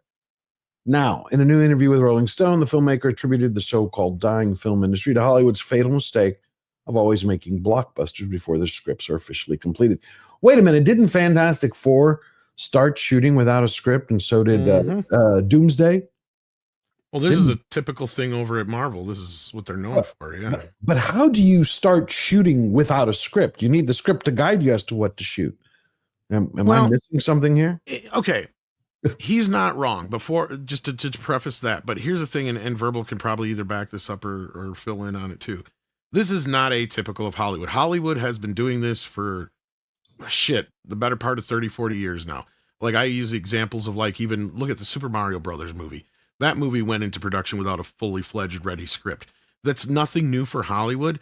But what he's getting at is setting yourself up with this deadline to where that's why these movies are starting without a script, right? They're not starting without a script because they have, they think they're ready to start a movie. It's because they've set themselves for this date a year from now. And if they don't have that fucking movie there, then all hell's going to break loose. Right. And that's part of the problem. So they're going in half cocked on these things on the Marvel side of things. And he even goes on. It was Louis Esposito who said this, one of the big producers over at Marvel. And so let me tell you what, right now, James Gunn is not going to probably be welcomed back over at Disney anytime soon after he put this out there, because he really threw him under the bus with this. And basically was saying, like, yeah, this is not how I'm going to be running shit on my watch over here. Because over there, it was nothing but a disaster is basically the way he painted it.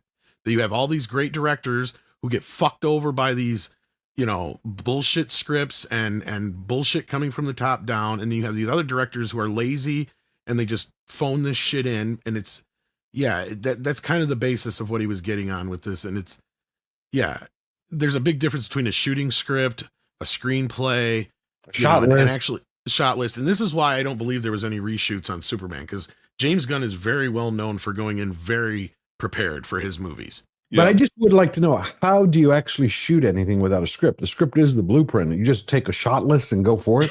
You just kind of go start shooting shit. Yeah.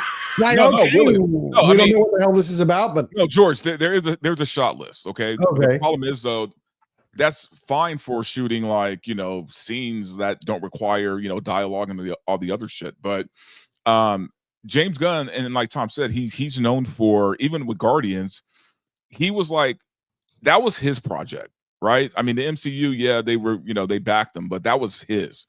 And James, from what I've heard about him, he would go in with the script he wrote, and that would be the shooting script, right? Which is rare in Hollywood. Usually there's a script, right? And then there's a shooting script, because the director always changed it. He never changed his scripts. So never. Superman is the script that he finalized and said, this is what we're doing. And I guarantee you that's the script that everybody got. So no reshoots like it's been said for Superman. I don't think so. There's been no proof of it, actually. So yeah. Okay. Let's read the rest of this. Okay. Where'd you go? All right. I do believe it's important that somebody like him is saying this. I should put that out there too. Yeah. Okay. Well, yeah, of course. Especially it's going to be even more important depending how big Superman does. I do believe that the reason why the movie industry is dying is not because of people not wanting to see movies. I agree with that statement. They also have to make good movies. Gunn said it's not because of home screens getting so good. The number one reason is because people are making movies without a finished screenplay. Okay. Gunn noted DC Studios recently killed a project because the script just couldn't get to the right place, explaining everybody wanted to make the movie. It was greenlit, ready to go. The screenplay wasn't ready, and I couldn't do a movie where the screenplay's not good. And we've been really lucky so far because Supergirl's script was so fucking good off the bat. And then Lanterns came in and the script was so fucking good. Clayface, same thing, so fucking good. So we have these scripts that we've been really lucky with, or wise in our choices, or whatever the combination is. Gunn said this is working. I still wonder what the project was that they killed. What do you think it was? Batgirl? No. It's got to be he's either referring to Sergeant Rock, the Authority. Gold, the Authority, or the Authority is the other one people are talking about. I'm still not convinced the Batman Part 2 is going to happen, even though he addressed that as well. But yeah, we talked about that 2 weeks ago. They said Reeves turned in his script on Memorial Day. He has not turned in shit. That was his deadline by Gunn. No, Gunn even said it in this interview. He's still waiting for the fucking script.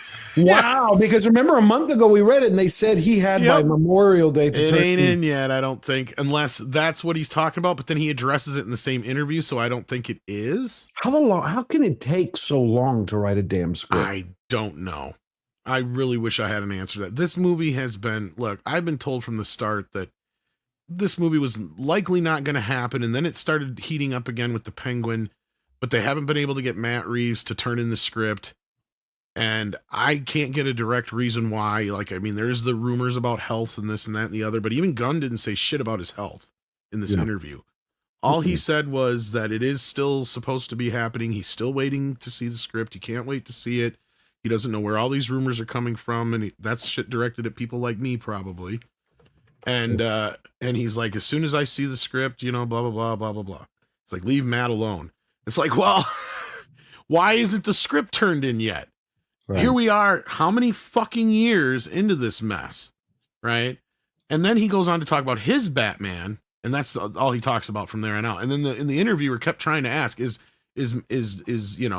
Matt Reeves' Batman just going to cross into the DCU? And he's like, well, I'm not going to say there's a 0 chance, but it's highly unlikely, right? Like he's basically shoots it down both times when she brings it up.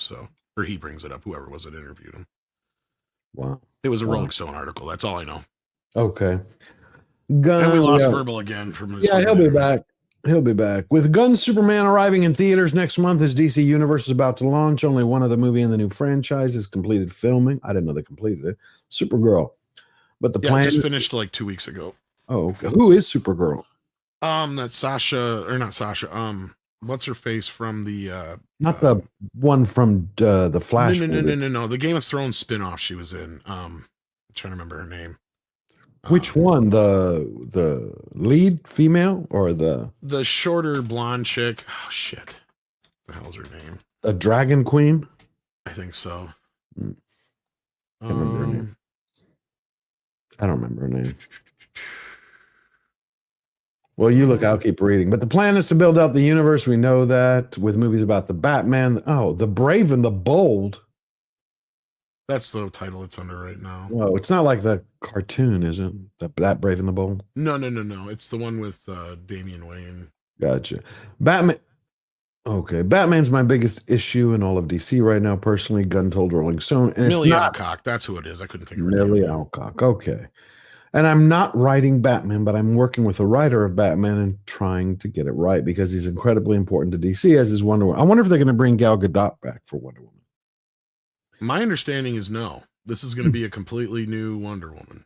Gotcha. So no one's. But I did also say, well, I could see them maybe bringing her back for one more because it was worded weird in the announcement the way Gunn said it. Mm-hmm. Like I'm not quite clear because he's like it's not.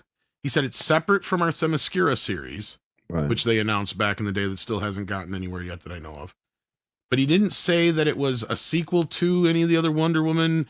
He didn't really say specifically what it was, so it could still be a third Gal Gadot Wonder Woman, but it's a completely new direction, or it's their new Wonder Woman. Gotcha. I don't know for sure yet. He did the way he worded it. You could have taken it either way. Wow. Our two priorities are finishing our Wonder Woman and our Batman scripts. Batman has to have a reason for existing, right? He continued. So Batman can't just be, oh, we're making a Batman movie because Batman. So he gets into all this is the stuff I was talking about here. Yeah, this is all the stuff here. There's a need for him in the DCU and a need that he's not exactly the same as Matt Reeves' Batman. See, that's the problem that I've always had. He restarts, so he has now full control of the DCU. But how the hell do you put out Matt Reeves' Batman and then have Gunn's Batman? How many fucking Batman are they going to be? Like, I've always thought that was a problem. Yeah, and that's where I was still saying too. The only reason I can see the Batman 2 happening is that they know they're going to have a lot of time between that and whatever Gunn ends up putting out for his Batman.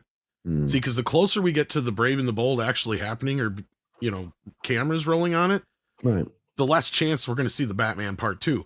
Why would they have two separate Batmen competing with each other in theaters? Unless you did a young and an old one where you could have Reeves, that's the younger version of him, since that was like year 2, and you have Guns, which is what Snyder was trying to do. I also think the long way around is Gunn is just saying that that's not the Batman I want to use in my universe. See, and that's the thing we need to, because looking at the broader picture here of what Gunn's doing and reading into this interview some more, because he does talk about where he takes inspiration for his Superman and all that kind of business. And he said it is a very Silver Age inspiration along with All-Star Superman. And he's very into the comic booky kind of elements. So my guess is going to be that his Batman is going to lean more into the fantasy style Batman than the more grounded Batman, if that makes sense. And I don't mean whimsical. I mean the more, ripped from the comic, ripped straight from the comic. Exactly. Where there's some goofiness in there, but I don't mean goofiness in a campy sense. I mean in a sense of, you know, guys like Clayface and stuff like that will fit in, you know. But you're not talking Frank Killer Miller's Croc one. Dark Knight. No, I don't think he wants to go uber dark. I don't think he's going to be light, but I don't think he's going to go uber dark either. I think it's going to be kind of more of a Silver Age Batman as well. You mean somewhere like between Batman Begins and 66? Yeah, it's not going to be campy, but it's going to be more of the 70s kind of style Batman. Gotcha. Probably Denny and Neil Batman, I would imagine, somewhere in there mixed with... Because see, that's what it seems like his things are. He's taking something from the old, mixing it with something with the new, if that makes sense. Because like Superman is Silver Age Superman with all the sci-fi elements mixed with All-Star Superman, which was from the 2000s. And my guess will be the same thing with Supergirl. They'll take some older elements, mix them with some of the newer ones. Probably see the same thing with Wonder Woman and Batman as well. I wouldn't be surprised. I mean, and Damon Wayans, to me, I wonder if they're just going with him more so because of they want to have a young Robin. And you got a lot of, that was the problem with Chris O'Donnell when they cast him as Robin, is they couldn't go with a kid, right? Because everybody's like, well, you can't have Batman running around with a kid because it makes no sense. But what if it's his kid? See, that changes the dynamic a little bit there. So I think maybe that's why they're going with that, but that's just my own personal speculation on that. Okay. I don't know for sure. If that makes sense, right? Like, it does make sense. It makes sense. Yeah, because you got a lot of people raising the question of why would he just run around with some random kid? Yeah, of course not. But if it was his kid, yeah. He says it here. His Batman is not a campy Batman. I'm not interested in that. No, he's not. Yeah, he says, I'm not interested in a funny, campy Batman, really. So we're dealing with that. I think I have a way in. By the way, I think I really know what it is. I'm just dealing with the writer to make sure that we can make it a reality. But he clearly wants Batman and Robin. That's what I'm getting at. He wants like a Silver Age type of thing for it.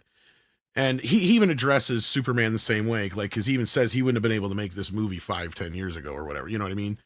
Because he had to make the Guardian trilogy first. Right. And grow up, basically. He says it in so many words. And find God and some other things he points out too to be able to get to this place where he's at now, to tell this type of story where he wasn't years before.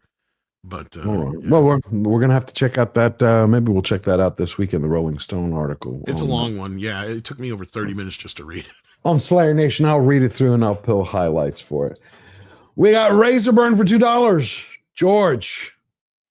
Yeah, rest in peace, Doug McCarthy, singer of Nitzra. I saw that. Did I say Damon Wayne? I meant Damien. Sorry. Damon. Yeah, no, my favorite Rivethead. I saw that. So here's to the son of F6. May he reign. His music is phenomenal. Yeah, I wasn't very familiar, but sorry to hear that. Yeah, he was brilliant. A son of Essex. So we talked about Batman. We'll wait to see if Verbal comes back. Until he does, we also have some more Superman promotions. They're seeming to be finally cranking it up. And this one, I was waiting to hear Tom's take on it, because this looks like shit to me. Masters of the Universe. Because I know you're a big He-Man fan. I was so. But he looks tiny to me. Yeah, something doesn't quite look right. Definitely not buff enough. You're right about that.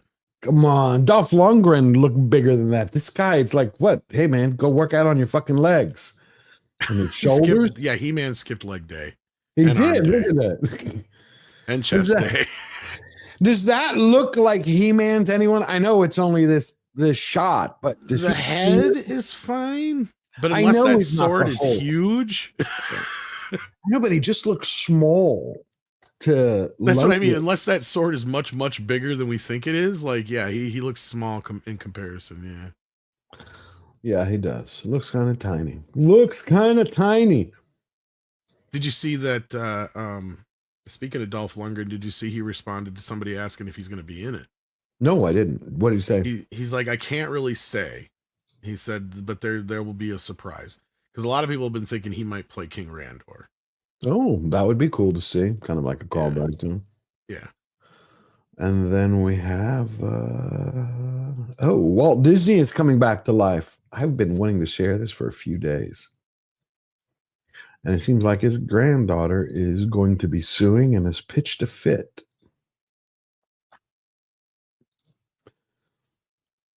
The Disney company has announced plans to create an animatronic version of famed founder Walt Disney, but the original Imagineer's granddaughter says Walt never wanted to be turned into a robot and she opposes the plans, calling them dehumanizing. She's also gotten in touch with the granddaughter of Walt Disney, who's a lefty loon, and saying it's disgusting. When I first read it, when I first heard about it, I'm like, oh, they're pulling them out of the deep freeze. No, they're simply making an animatronic. Hey, Mark of Reality. Great to see you, my friend. Mark of Reality member for 9 months. Hey, by the way, I finally was able to clear everything with work. So this Saturday, member stream, announcing it again, 2 p.m. Hope to see you all there. It's not the size of your sword, Mark says, but how you use it. I hear that. But He-Man, he's kind of look like He-Man, not Pee Wee Herman. But I like that. And then, yeah, but what am I? Tiggy the Mighty for $5. The actor should just play Adam. Then can swap out Alan Rich. Oh, that's a good idea. I like that. Then swap out I'm Alan not Rich against I wouldn't have been against that idea, but if you're going to do that, you got to have a very different. I like that. Like you have a much scrawnier little guy playing Adam and a much bigger hulking guy playing He-Man. That's not why a I love problem it. at all. That's why I love our chat. That's a great idea. I like that. Thank you, And it Tiki. kind of harkens back more to the 2000 series because, look, they even admitted early on, Filmation did, that the reason why Adam looks just like He-Man only with clothes on is because it's easier to animate one model. Gotcha. Makes sense. Makes sense. Makes sense. All right, we covered that. Where'd it go? Nigel, how we doing? Doing great. How you doing, my friend? I hope to see you this Saturday, 2 p.m. 2 p.m. Central. We're having a member stream. And then I had Walt Disney, Star Trek we covered. Captain Kirk is coming back in a comic book. We covered the Psycho on the plane, Spaceballs. Rachel Brosnahan. I like this article a lot. Mm-hmm. She's somebody who's been doing some good PR work for Superman, I'd say. Oh, yeah. I think she told actors how to act. Superman star Rachel Brosnahan says actors need to stop complaining about their superhero movies. Do it or don't do it. And then stand by it. Simple, straightforward. I gotta love it. She said, where'd it go? I don't know why people say yes to a project only to then turn around and complain about it, Brosnahan said. Look, I don't want to shit on other actors, but there was a minute where it was cool to not like superhero movies and then look back on projects like this and poo-poo them. Do it or don't do it and then stand by it. She's basically saying, you're going to take a check for it, take it, do the work, shut up, go smile and go away. Straightforward. Doesn't get much better than that. Where did you go? Then we had this nutcase. We always get nutcases around. It's just so. We had Whoopi. Whoopi Goldberg and the hyperventilating hyenas of The View. This is the other thing, yeah. Yes, Whoopi Goldberg decided to share how she feels about oppression. So she decided to cosplay as a revolutionary today. And it's slow. But let's just remember too, the Iranians literally throw gay people off of buildings. They don't adhere to basic human rights. Listen, here's the thing.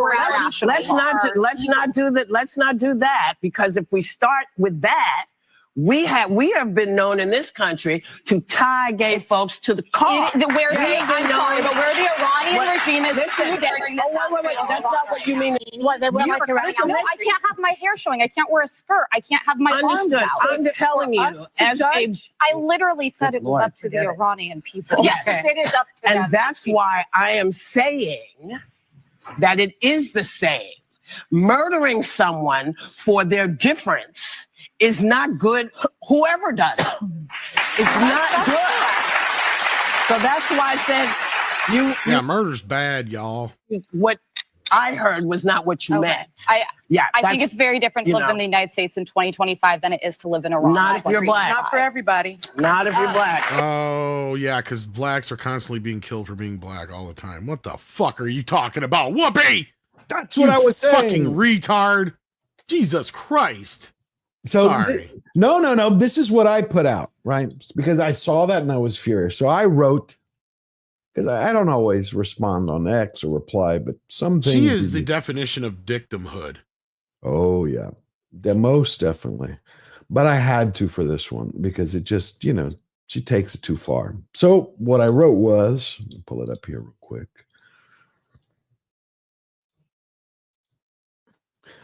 Ayatollah Wokamani strikes again.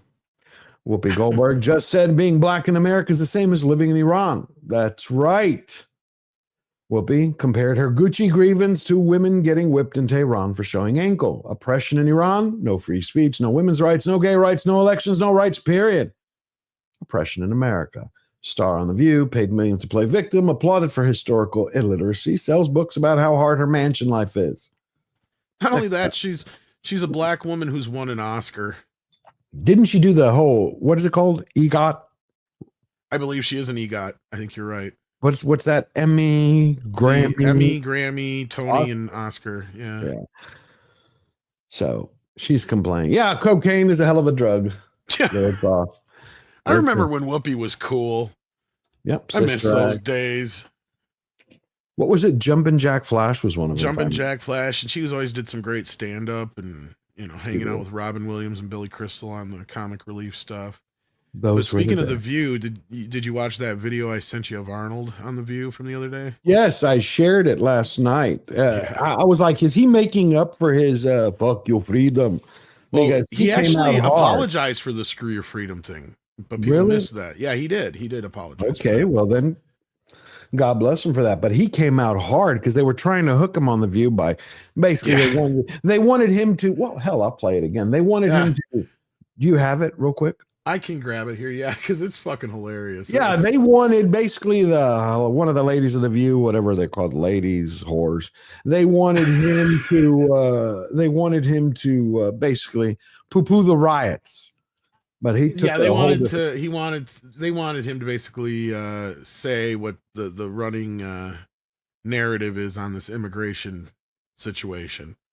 And Arnold, who is an illegal, I'm legal, I'm not illegal. If you are an immigrant, you're an immigrant in this country. Yeah. Did you have a visceral reaction to what they're doing, what ICE is doing when you see the videos of it?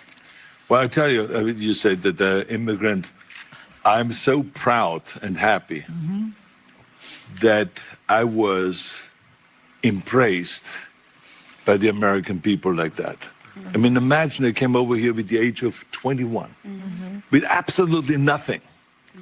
And then to create a career like that.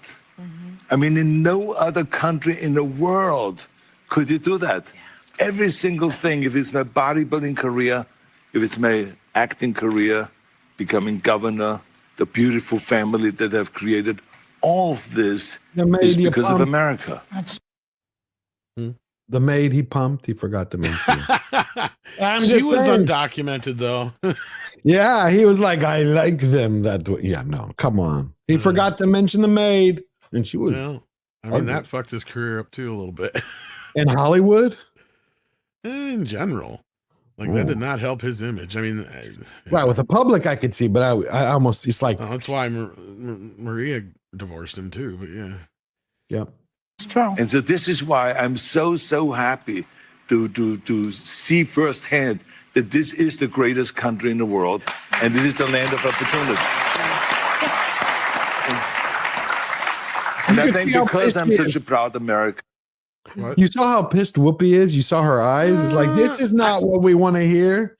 Partially, I think that some of this is stuff they expected, because I think they asked him this question to set up the next part here where he talks about the speech he's giving and all that kind of stuff.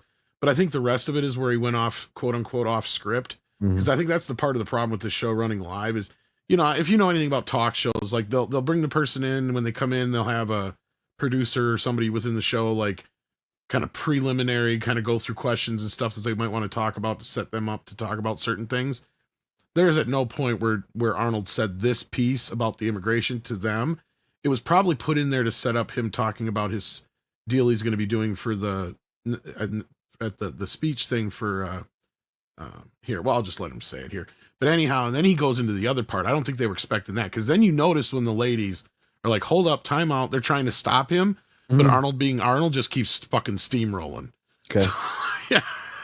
And the proud immigrant that came to America, I was asked to do on July 4th a big speech, the keynote speech at Mount Vernon, where George Washington was laid to rest, and where he lived and all that, to celebrate the 250th anniversary of America, the existence of America. And I will be doing the speech there. They asked me because I'm an immigrant, and there will be 7,000 some people there, and there will be people that will be sworn in and will become citizens that day. That's great. So it's really a great, great celebration. And this is what this is all about, is to celebrate people becoming Americans and coming to America and all that. And so I just think the world of the great kind of a history that we have with immigrants in America. But the key thing also is at the same time that we got to do things legal. See, that's where shit went off the rails right there. And this one here, because all these ladies are basically not Whoopi to me, except for Whoopi Goldberg. So not Whoopi number one over here. She must have flipped. Yeah, did you hear her gasp? No. So let me play this back. So it's at the same time that we got to do things legal. That is the important thing, So you got to do things legal, and those people that are doing illegal things in America and that are foreigners, they are not smart. Because when you come to America, you're a guest, and you have to behave like a guest. Yeah. Like when I go to someone's house and I'm a guest, then I will do everything I can to keep things clean and to make my bed and to do everything that is the right thing to do, rather than committing a crime or being abusive or something like that. So that doesn't really work in this country. Pause that real quick. Did you see what her hand trying to did? interrupt? Shut up. Because did you see her hand do that movement? Wait a minute, where am I? Where she did this, like, it's like Totally. shut up. She's like, she's giving him that old man at the table. You know, it's like Thanksgiving. Shut up, and you Grandpa. put your arm on Uncle Arnold's shoulder and be like, all right, better stop before you make somebody fucking cry. Bed and to do everything that is the right thing to do, rather than committing a crime or being abusive or something like that. So that doesn't really work in this country. So I think the important thing is, when you become an immigrant, to think about, okay, I go to America because I want to use America for the great opportunities that America has in education, in jobs, creating a family, all of those kind of things. Then you have to think about, okay, if I get all of those things from America, then I have to give something back.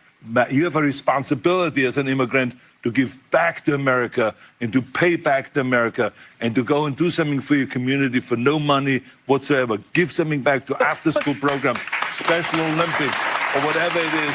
I love how they keep trying to interrupt him. Arnold, don't forget. Yeah.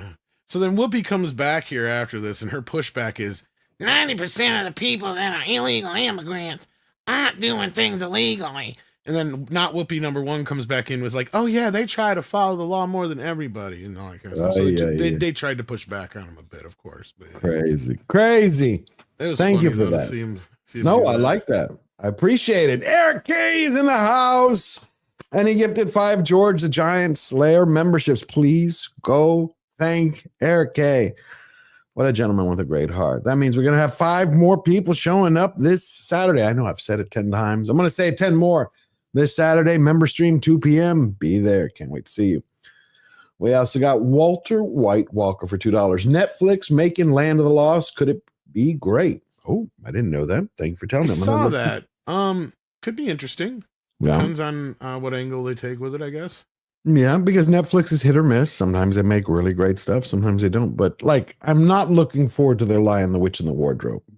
I'm not. With what I've heard so far, but we'll see. So thank you for that, Walter White Walker. I'm going to check into it. Shark Dentures for $2. Mr. Screw Your Freedoms deserves no forgiveness. I see that. Base, straightforward. But Tom was saying that he apologized. I don't know, though, how. No, I believe Tom, but I don't know. Was that because he was forced because he helped destroy part of his image?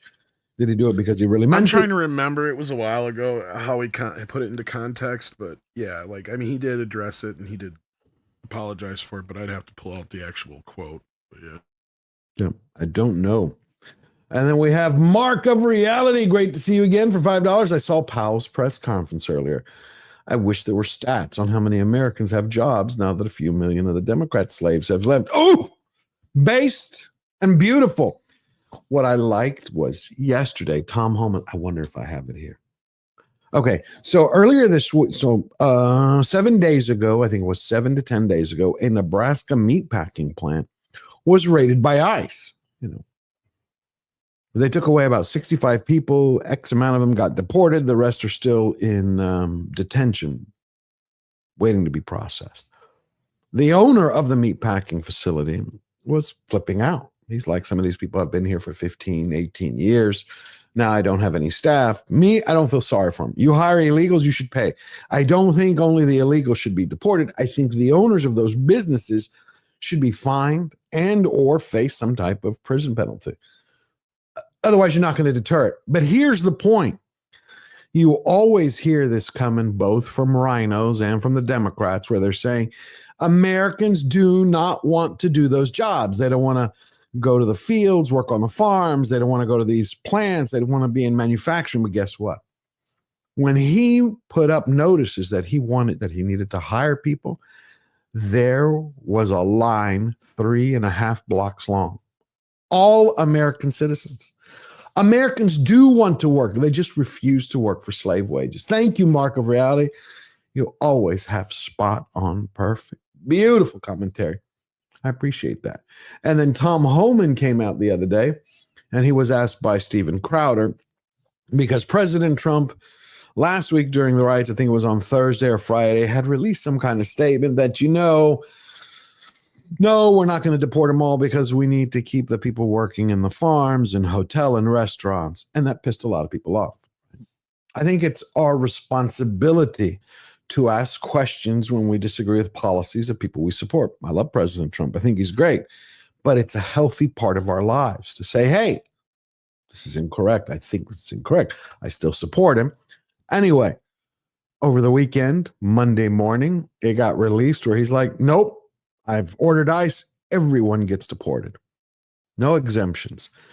So Tom Homan yesterday went on Steven Crowder. He went on Steven Crowder's. Let me see if I can pull this up here real quick. He went on to Steven Crowder's. Where did you go? And he asked him, give me 1 second while I pull it up. He asked him what, no. Here it is. 2349. There we go. He asked him, are you going to continue with the raids? 2349. There we go.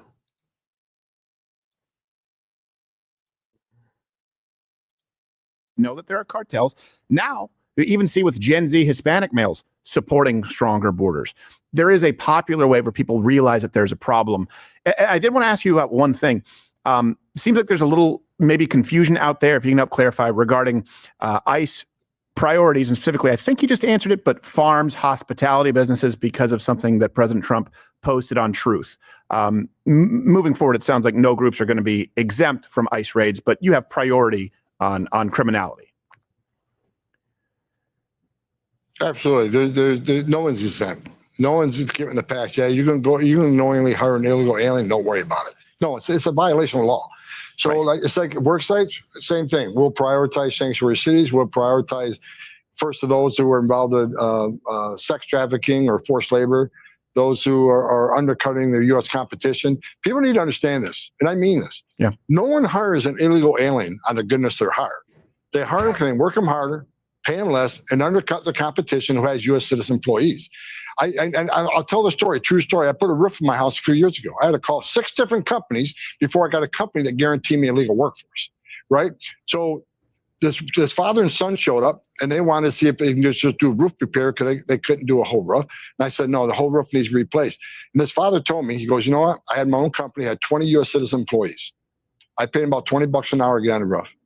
But I couldn't win a bid because all these other companies were putting illegal aliens on the roof for like $5, $7 an hour because I couldn't win a bid. So I had to lay off every one of my U.S. citizen employees. And I mean, my son are just doing roof repairs. Right. That happens 1,000 times a day across this country.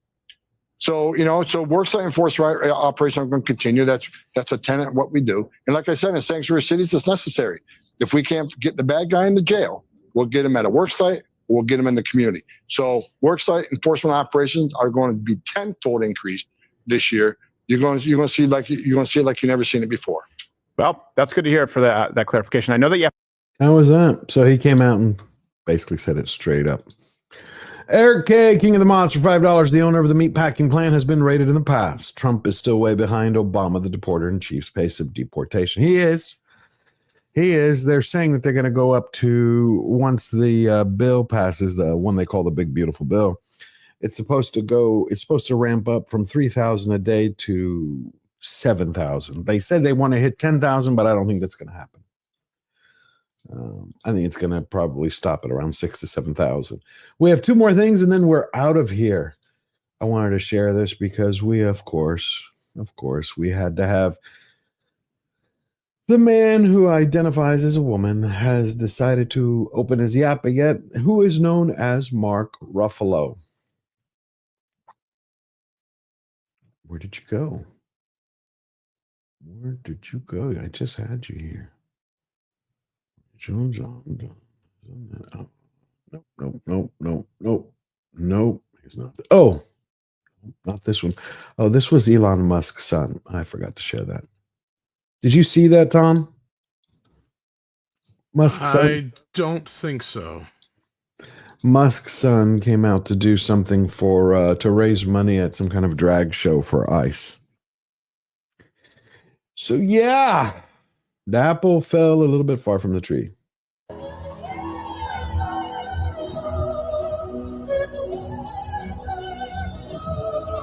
Okay, that was enough of that. But yeah, so he came out the other day and was raising money for ICE. Then we had... of course he was. And then this one, somebody posted this, and it's just interesting how... what this woman had to say. I'm trying to find that Mark Ruffalo. Hold on. Hey, Donald Hussein Trump.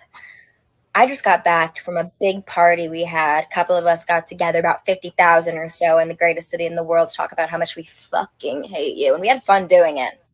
Kind of running down the list of reasons we hate you. We couldn't decide on just one, you know? Ugly, stupid, fascist, dictator, power hungry, money hungry. Pick a struggle. But it was nice to get together on your birthday and talk about what a piece of shit you are and how soon you will be dead, and we will all dance upon your grave and teach our children to do the same. So now I'm just home and I'm enjoying this really delicious piece of cheesecake that would frankly kill you if you had even one bite of it. And I'm hanging out with my cats. No kids. No man. Feeling pretty good. So I just wanted to say thank you. Sorry it rained on your little tank parade, but I had a great fucking time. Yep. In that case, here's what the happened at the parade that was so bad. Nothing. It was a parade to celebrate our military. I thought it was a pretty good thing, but you know, everybody's entitled to their view, even when they're stupid. And then you had the FBI announce that they're actually going to be going after all of the to find who are the people who funded the riots, which is the right way to do it. I was. Yeah, because it's not the rioters, it's who's funding them. Rioters just brainwashed and dumb. Hello, I'm Bill Asaley. Well, they did try to hold Trump responsible for January 6th, so... Yep. Tit for tat, Matthew Davis, motherfuckers. the assistant director in charge of the FBI's Los Angeles field office. And I'm Tyler Hatcher, the special agent in charge of IRS criminal investigation here in Los Angeles. The right to assemble and protest peacefully is protected by law. Unfortunately, we've seen individuals whose intentions are to cause damage and to assault law enforcement. For example, last week we arrested an individual who was charged with conspiracy to commit and aiding and abetting civil disorders. These violent agitators put peaceful demonstrators at risk. The FBI and our federal partners will continue. Why is it that they always look like they got like a rod up their ass, like they're in their spine? They never come across like human. I'm sorry, his administration, but they always come across as stiff, like, hello, we're coming to you. It's like it's a very peculiar. Doesn't matter who the president is, they always come off stiff. to investigate individuals and organizations who are knowingly funding and committing It's like they're acts of violence terrified of the against law camera. enforcement, as well as the destruction of property. We are currently tracing money to determine who is providing funding for these riots.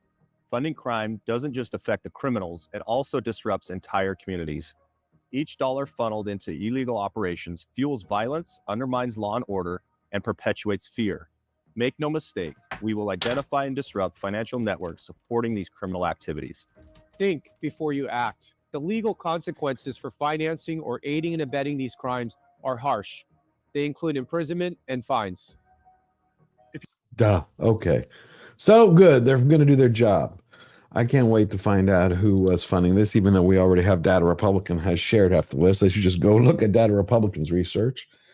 Plus, everyone else has put it together. And I found the Mark Ruffalo before we leave, because, you know, your day wouldn't be complete without Mark.